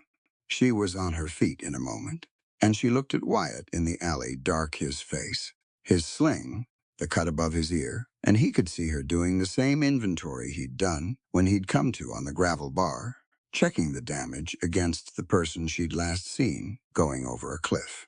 She put her hand briefly on his arm. "Just that? Just enough." Then she turned toward the alley exit. "The ledger?" she said. "Terrell has it," Kalen said. "We deal with that in Cheyenne?" She nodded once. "Then let's go." They went. Outside the night held, and Romano's men held their positions, and Walsh brought the horses out of the trees on a signal from Kalen, and Devlin on the south end sent back the all clear, and the thing that Wyatt had stopped believing was possible 3 days ago happened without the sky falling. They got clear. The ride to Cheyenne, most of the night and the next morning. Tessa knew the road. She'd traveled it twice in better circumstances, but the geography of it was in her head the same way the ledger was absorbed it once, properly, and it stayed. She rode midnight and navigated from memory, and Wyatt rode behind Kalen on Brigid, and the larger party Romano, James, Devlin, Benedetto came in 2 groups on horses borrowed from the camp, staying a quarter-mile back to spread the profile. Cross did not come. Wyatt had been expecting him at every bend, and Cross didn't come, and eventually, the tension of expecting him settled into a different kind of vigilance, not anticipating the moment of ambush, but simply keeping moving, mile after mile, through the cold that slowly, very slowly, began to ease as they dropped in elevation toward the valley plains. By mid-morning, they were on the flat road south. By early afternoon, the distant shape of Cheyenne appeared on the horizon. Tessa had spent the hours of the ride doing something she was good at organizing. Internally, what she was going to say, and in what order. She'd lost the financial ledger pages. She still had everything else. She'd been a legal assistant for 4 years. She understood what a court needed and what it could build from. She went through it, piece by piece, methodically, the same way she'd gone through the shoulder exercise every morning. You worked with what you had. What she had was enough. The federal courthouse in Cheyenne was a solid, square-built building at the end of a street that still smelled of fresh timber from its recent construction. There was a flag above the door, and a clerk at a desk just inside, who looked up when they came in, 8 of them, trail-worn, one with a sling, one with a burn scar visible at the cuff of her coat, all of them serious, in a way, that a federal clerk learned quickly to distinguish from a disturbance. Tessa asked for the territorial judge by name. She'd researched him 2 months ago when she'd first understood what she was assembling. Judge Aaron Merritt, 60 years old, federal appointment, no known ties to Vance's banking operation, a reputation for being slow and careful, and for not being reversible once he'd made up his mind about something. She asked for him by name and said she was carrying evidence of a capital crime pattern affecting 11 families over 4 years. The clerk went to get him. Merritt came out himself, which told her something about the weight the word capital carried in a building like this. He was a compact man with a short gray beard and eyes that were professionally neutral in a way that took experience to maintain. He looked at Tessa, at the group behind her, at Wyatt's sling, and the general state of all of them. "You have documentation?" he said. "I can direct you to every primary source," she said. "Land records, death certificates, mine accident reports, all cross-referenced with land transfer dates. The financial records I was carrying were compromised, but the pattern holds without them. I'll need a clerk and a few hours." Merritt looked at her for a moment. "Come in," he said. She worked for 4 hours straight, with a court clerk and Merritt himself, reconstructing from memory the cross-references she'd spent months building. The county land offices, the specific document numbers, the accident report dates matched against the transfer dates. She gave it to them in precise ordered sequence, the legal assistant's instinct for documentation, working harder than it ever had in any regular office. Devlin and James gave supplementary statements. The Marchetti deaths, the wage cuts, the conditions in the camp. Merritt listened. He asked specific questions, and they were good questions. The questions of someone who was actually following the thread. By evening, he had enough for a federal warrant. Wyatt had been waiting in the outer room through most of it, sitting, mostly, though sitting was not entirely comfortable with 3 cracked ribs, and he didn't attempt it for long. He stood at the window that looked out over the street and watched the light change. Kaylin sat nearby and didn't push conversation, which was one of the things Wyatt had always valued most about him. "Around mid-afternoon," Kaylin said. Without preamble, Cross came out of the creek. Wyatt turned. "One of Romano's men saw him in Harker's Crossing this morning. Alive. Banked up." He paused. "He didn't follow us." Wyatt processed this. Cross alive was a variable. It was also, possibly, an opportunity the man who'd ordered the Hadley killings was still walking around with that knowledge, and a federal investigation into Vance would put pressure on every person Vance had ever hired. "He'll be brought in," Wyatt said. "You believe that?" "I believe a federal warrant changes the arithmetic for every man who worked for Vance," Wyatt said. "Cross is smart. Smart men calculate their options. When his options narrow enough, he stopped. He'll talk. He'll trade what he knows for what he needs. And what he knows about Vance is worth more than his loyalty to a man who's about to be destroyed." Kaylin looked at him. "That doesn't give you what you went after, Wyatt. Not the way you thought you'd get it." "No," Wyatt said. "It doesn't." He said it plainly. He'd had a long time, the long, cold ride, the hours sitting outside Merritt's office, to think about what he'd actually gone over that cliff for.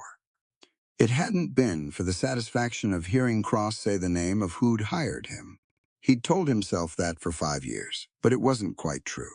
He'd gone over the cliff because Tessa was on the trail behind him, and Cross's hand had gone up, and there had been no other option that left her standing. That was the actual answer, plain and without drama. Jim Hadley would have understood that answer perfectly. The federal marshal arrived at Merritt's office at 6 o'clock with 4 men and warrants for Harrison Vance and 3 named associates. They were headed for Vance's estate by morning, and that was where Wyatt went too. He didn't wait to be asked. Merritt, who had spent 4 hours understanding the full picture of what Vance had done, raised no objection to the former marshal riding along. Tessa rode beside Wyatt, and they didn't talk much on the road to Vance's estate. There wasn't much that needed saying, and the kind of silence they'd developed over the last several days was not the silence of 2 people who had nothing to offer each other.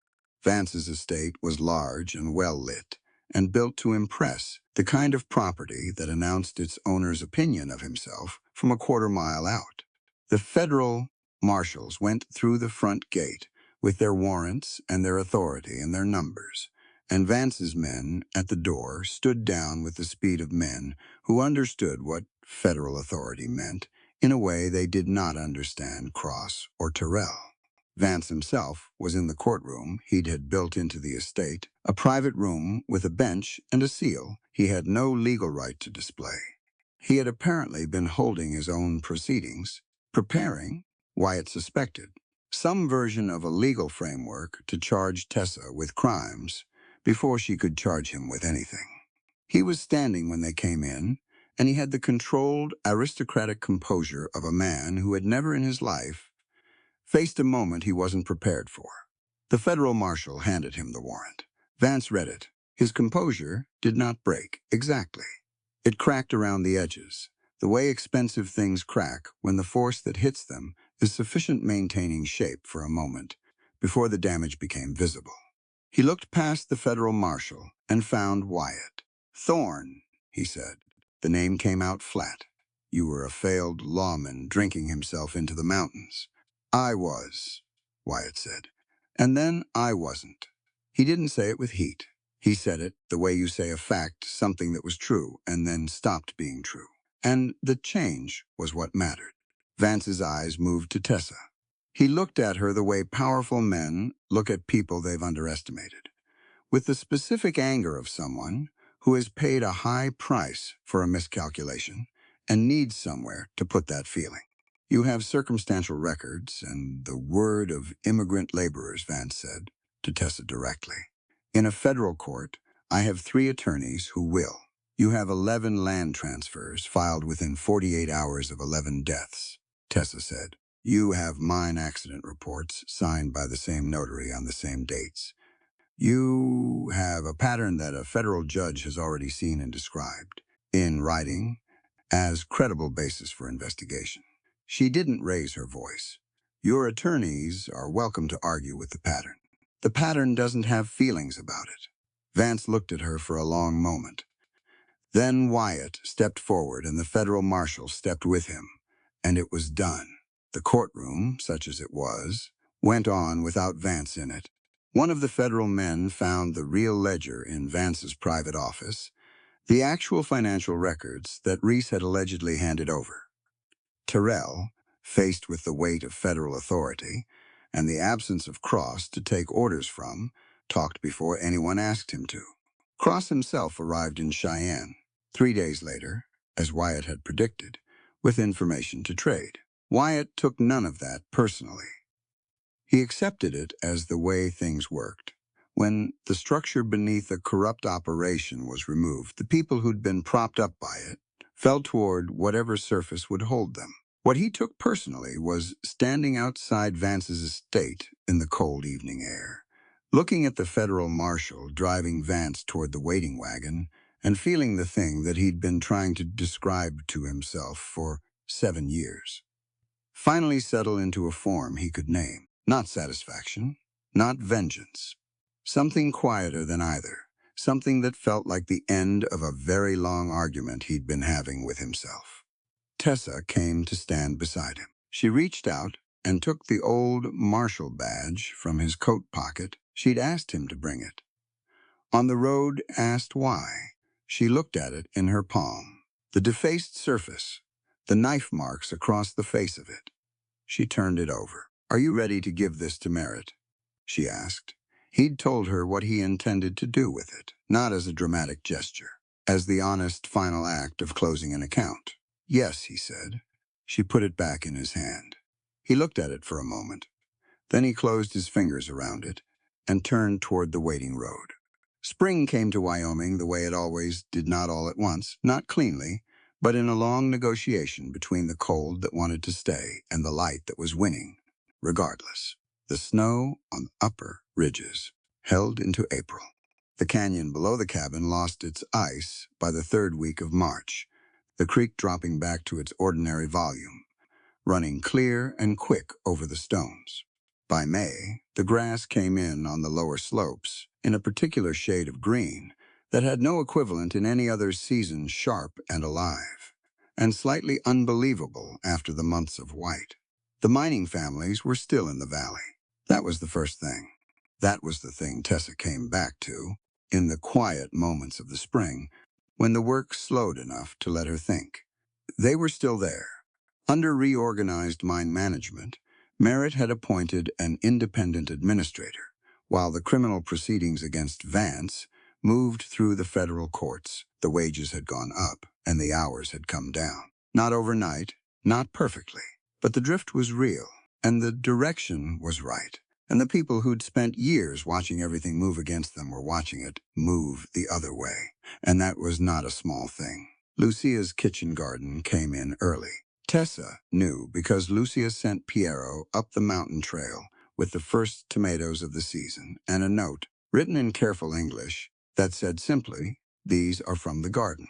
The soil here is better than I expected." Tessa read it twice and then put it on the shelf in the cabin next to the window, where she could see it in the morning. The cabin had changed somewhat since the winter. Not dramatically. It was still the same solid, Spartan structure that Wyatt had built against the mountain, still arranged for function over comfort. But there were 2 chairs at the table now instead of 1, and a second set of books on the shelf, and the window had a proper frame on it that didn't let the draft in when the wind came north. Small things, accumulating things. The evidence of 2 people sharing a space and shaping it to fit both of them. The horse ranch was Tessa's idea, and Wyatt's agreement had come faster than she'd expected. He'd lived with Midnight long enough to understand what the horse represented, not just speed or endurance, but the particular intelligence of a well-bred animal, the kind of intelligence that could be trained and developed and made useful in ways that went beyond any individual owner. He'd thought about it practically for about a week, and then told her he'd start building the second corral before the ground thawed. He'd started before the ground thawed. He'd had to break through an inch of ice to sink the first post. She'd come out and held the post without being asked. And they'd built the first section of fence in a companionable silence that was better than most conversations she'd had. The schoolhouse had taken longer, not because either of them was slow about it, but because it required more people. Kalen had been the organizing force. As Kalen tended to be, he'd arrived at the cabin in early March with lumber on a mule and an expression that suggested he'd been planning this for some time and was merely finally executing it. Devlin had come up from the camp with tools. Walsh had, apparently, more carpentry knowledge than anyone had previously been aware of, and he'd built the roof frame in a day and a half. James had brought 4 families from the lower camp up to see it when the walls were standing.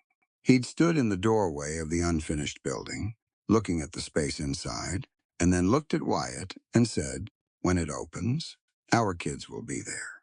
Wyatt had said, "I know." It opened in May, with Tessa teaching 3 mornings a week, and a woman named Elena Ferretti, Lucia's daughter-in-law, recently arrived from Calabria, who had more formal schooling than anyone else in the valley, teaching 2 afternoons. 14 children on the first day. 22 by the second week, because word spread the way it does when something is real. Piero came to the first session.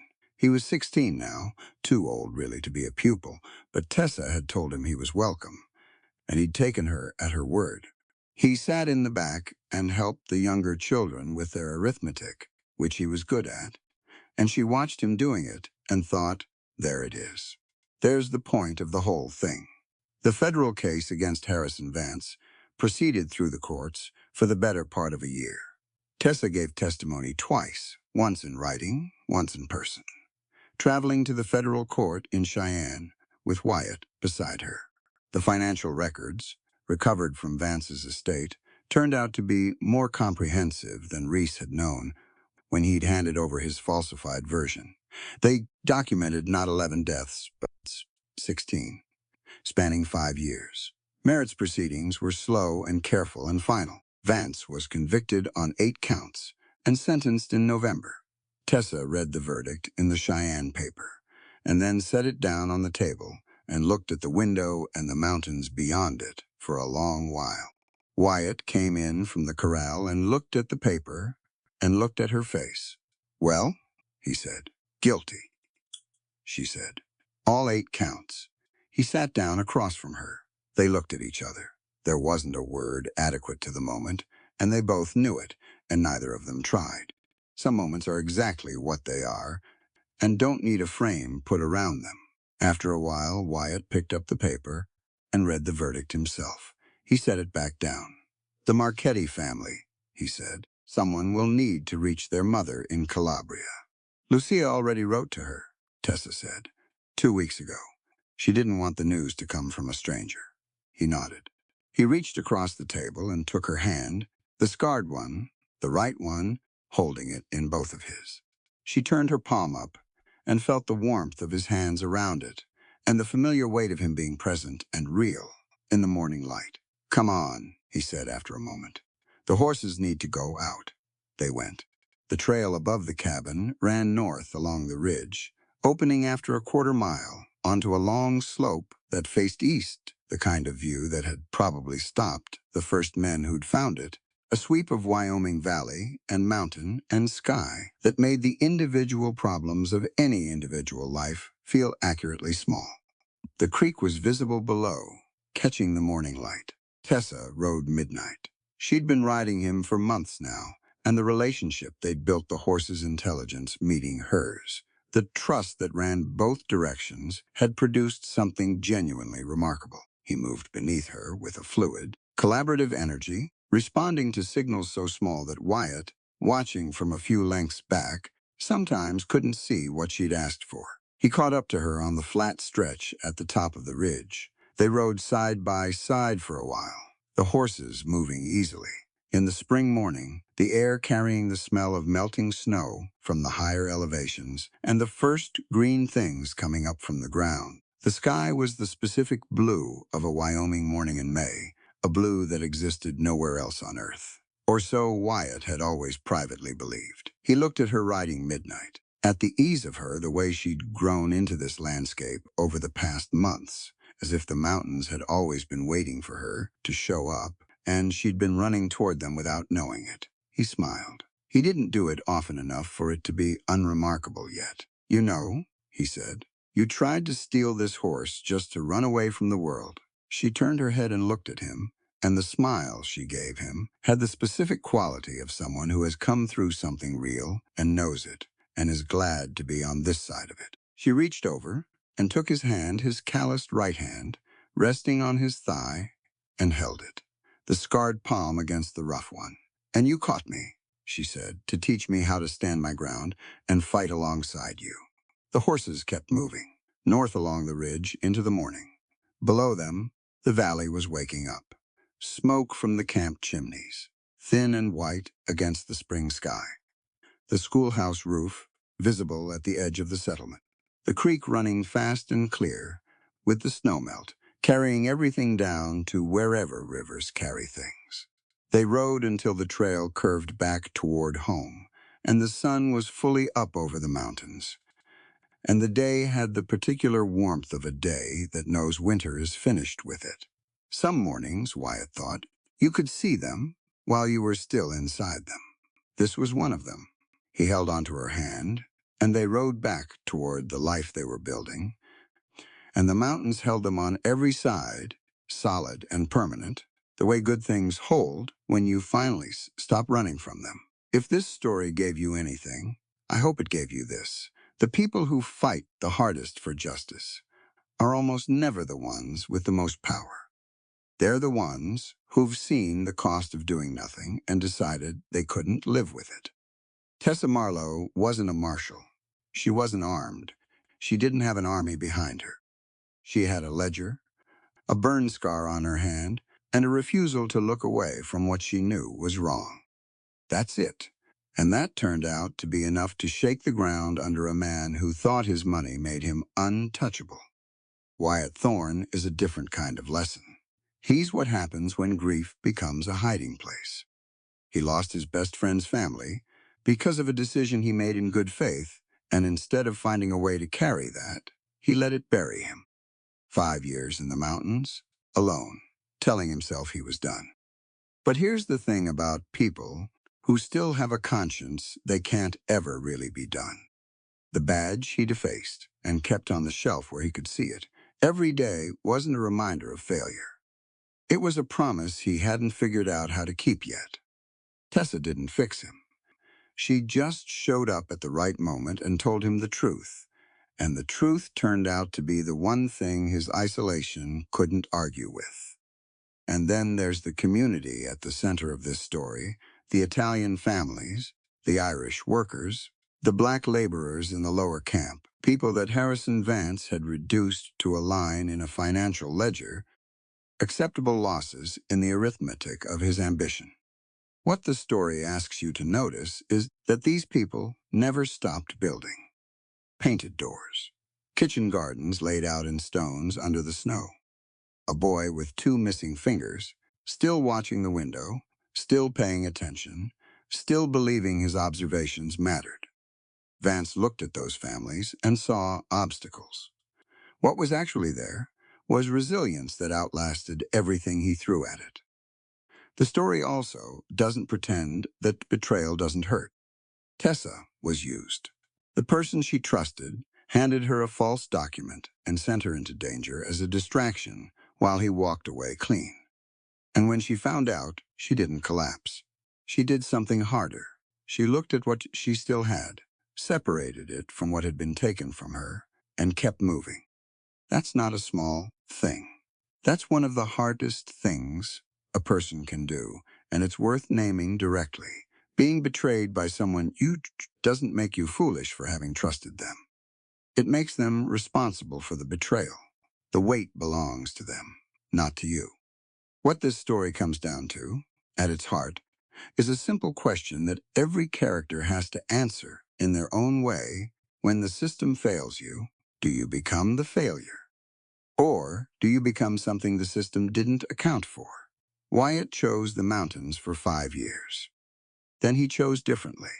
Tessa chose to keep going every single time the road ran out. The mining families chose to open their doors to strangers who might be worth trusting, even though they'd been burned before. None of those choices were guaranteed to work. They worked because the people making them refused to stop. That's the West at its best, not the mythology of the lone gunfighter, not the romance of wide-open land. The actual West, the one built by people who came from everywhere, speaking every language, working impossible hours for men who didn't see their humanity, and still finding ways to plant gardens and paint their doors and teach their children and hold on. That West is worth telling stories about. It's worth remembering. And it's worth carrying forward because the arithmetic Kalen described company town, company store, the powerful deciding the value of the powerless, that arithmetic didn't stay in 1882. It just changed its address. So, if you take one thing from Tessa and Wyatt and Kalen and Lucia and Piero and James and all of them, justice isn't something that happens to you. It's something you go get with whatever you have in your hands for whoever needs it for as long as it takes. This story is a work of fiction. All characters, events, and organizations depicted are entirely fictional and created for storytelling purposes only. Any resemblance to real persons or actual events is coincidental and unintentional.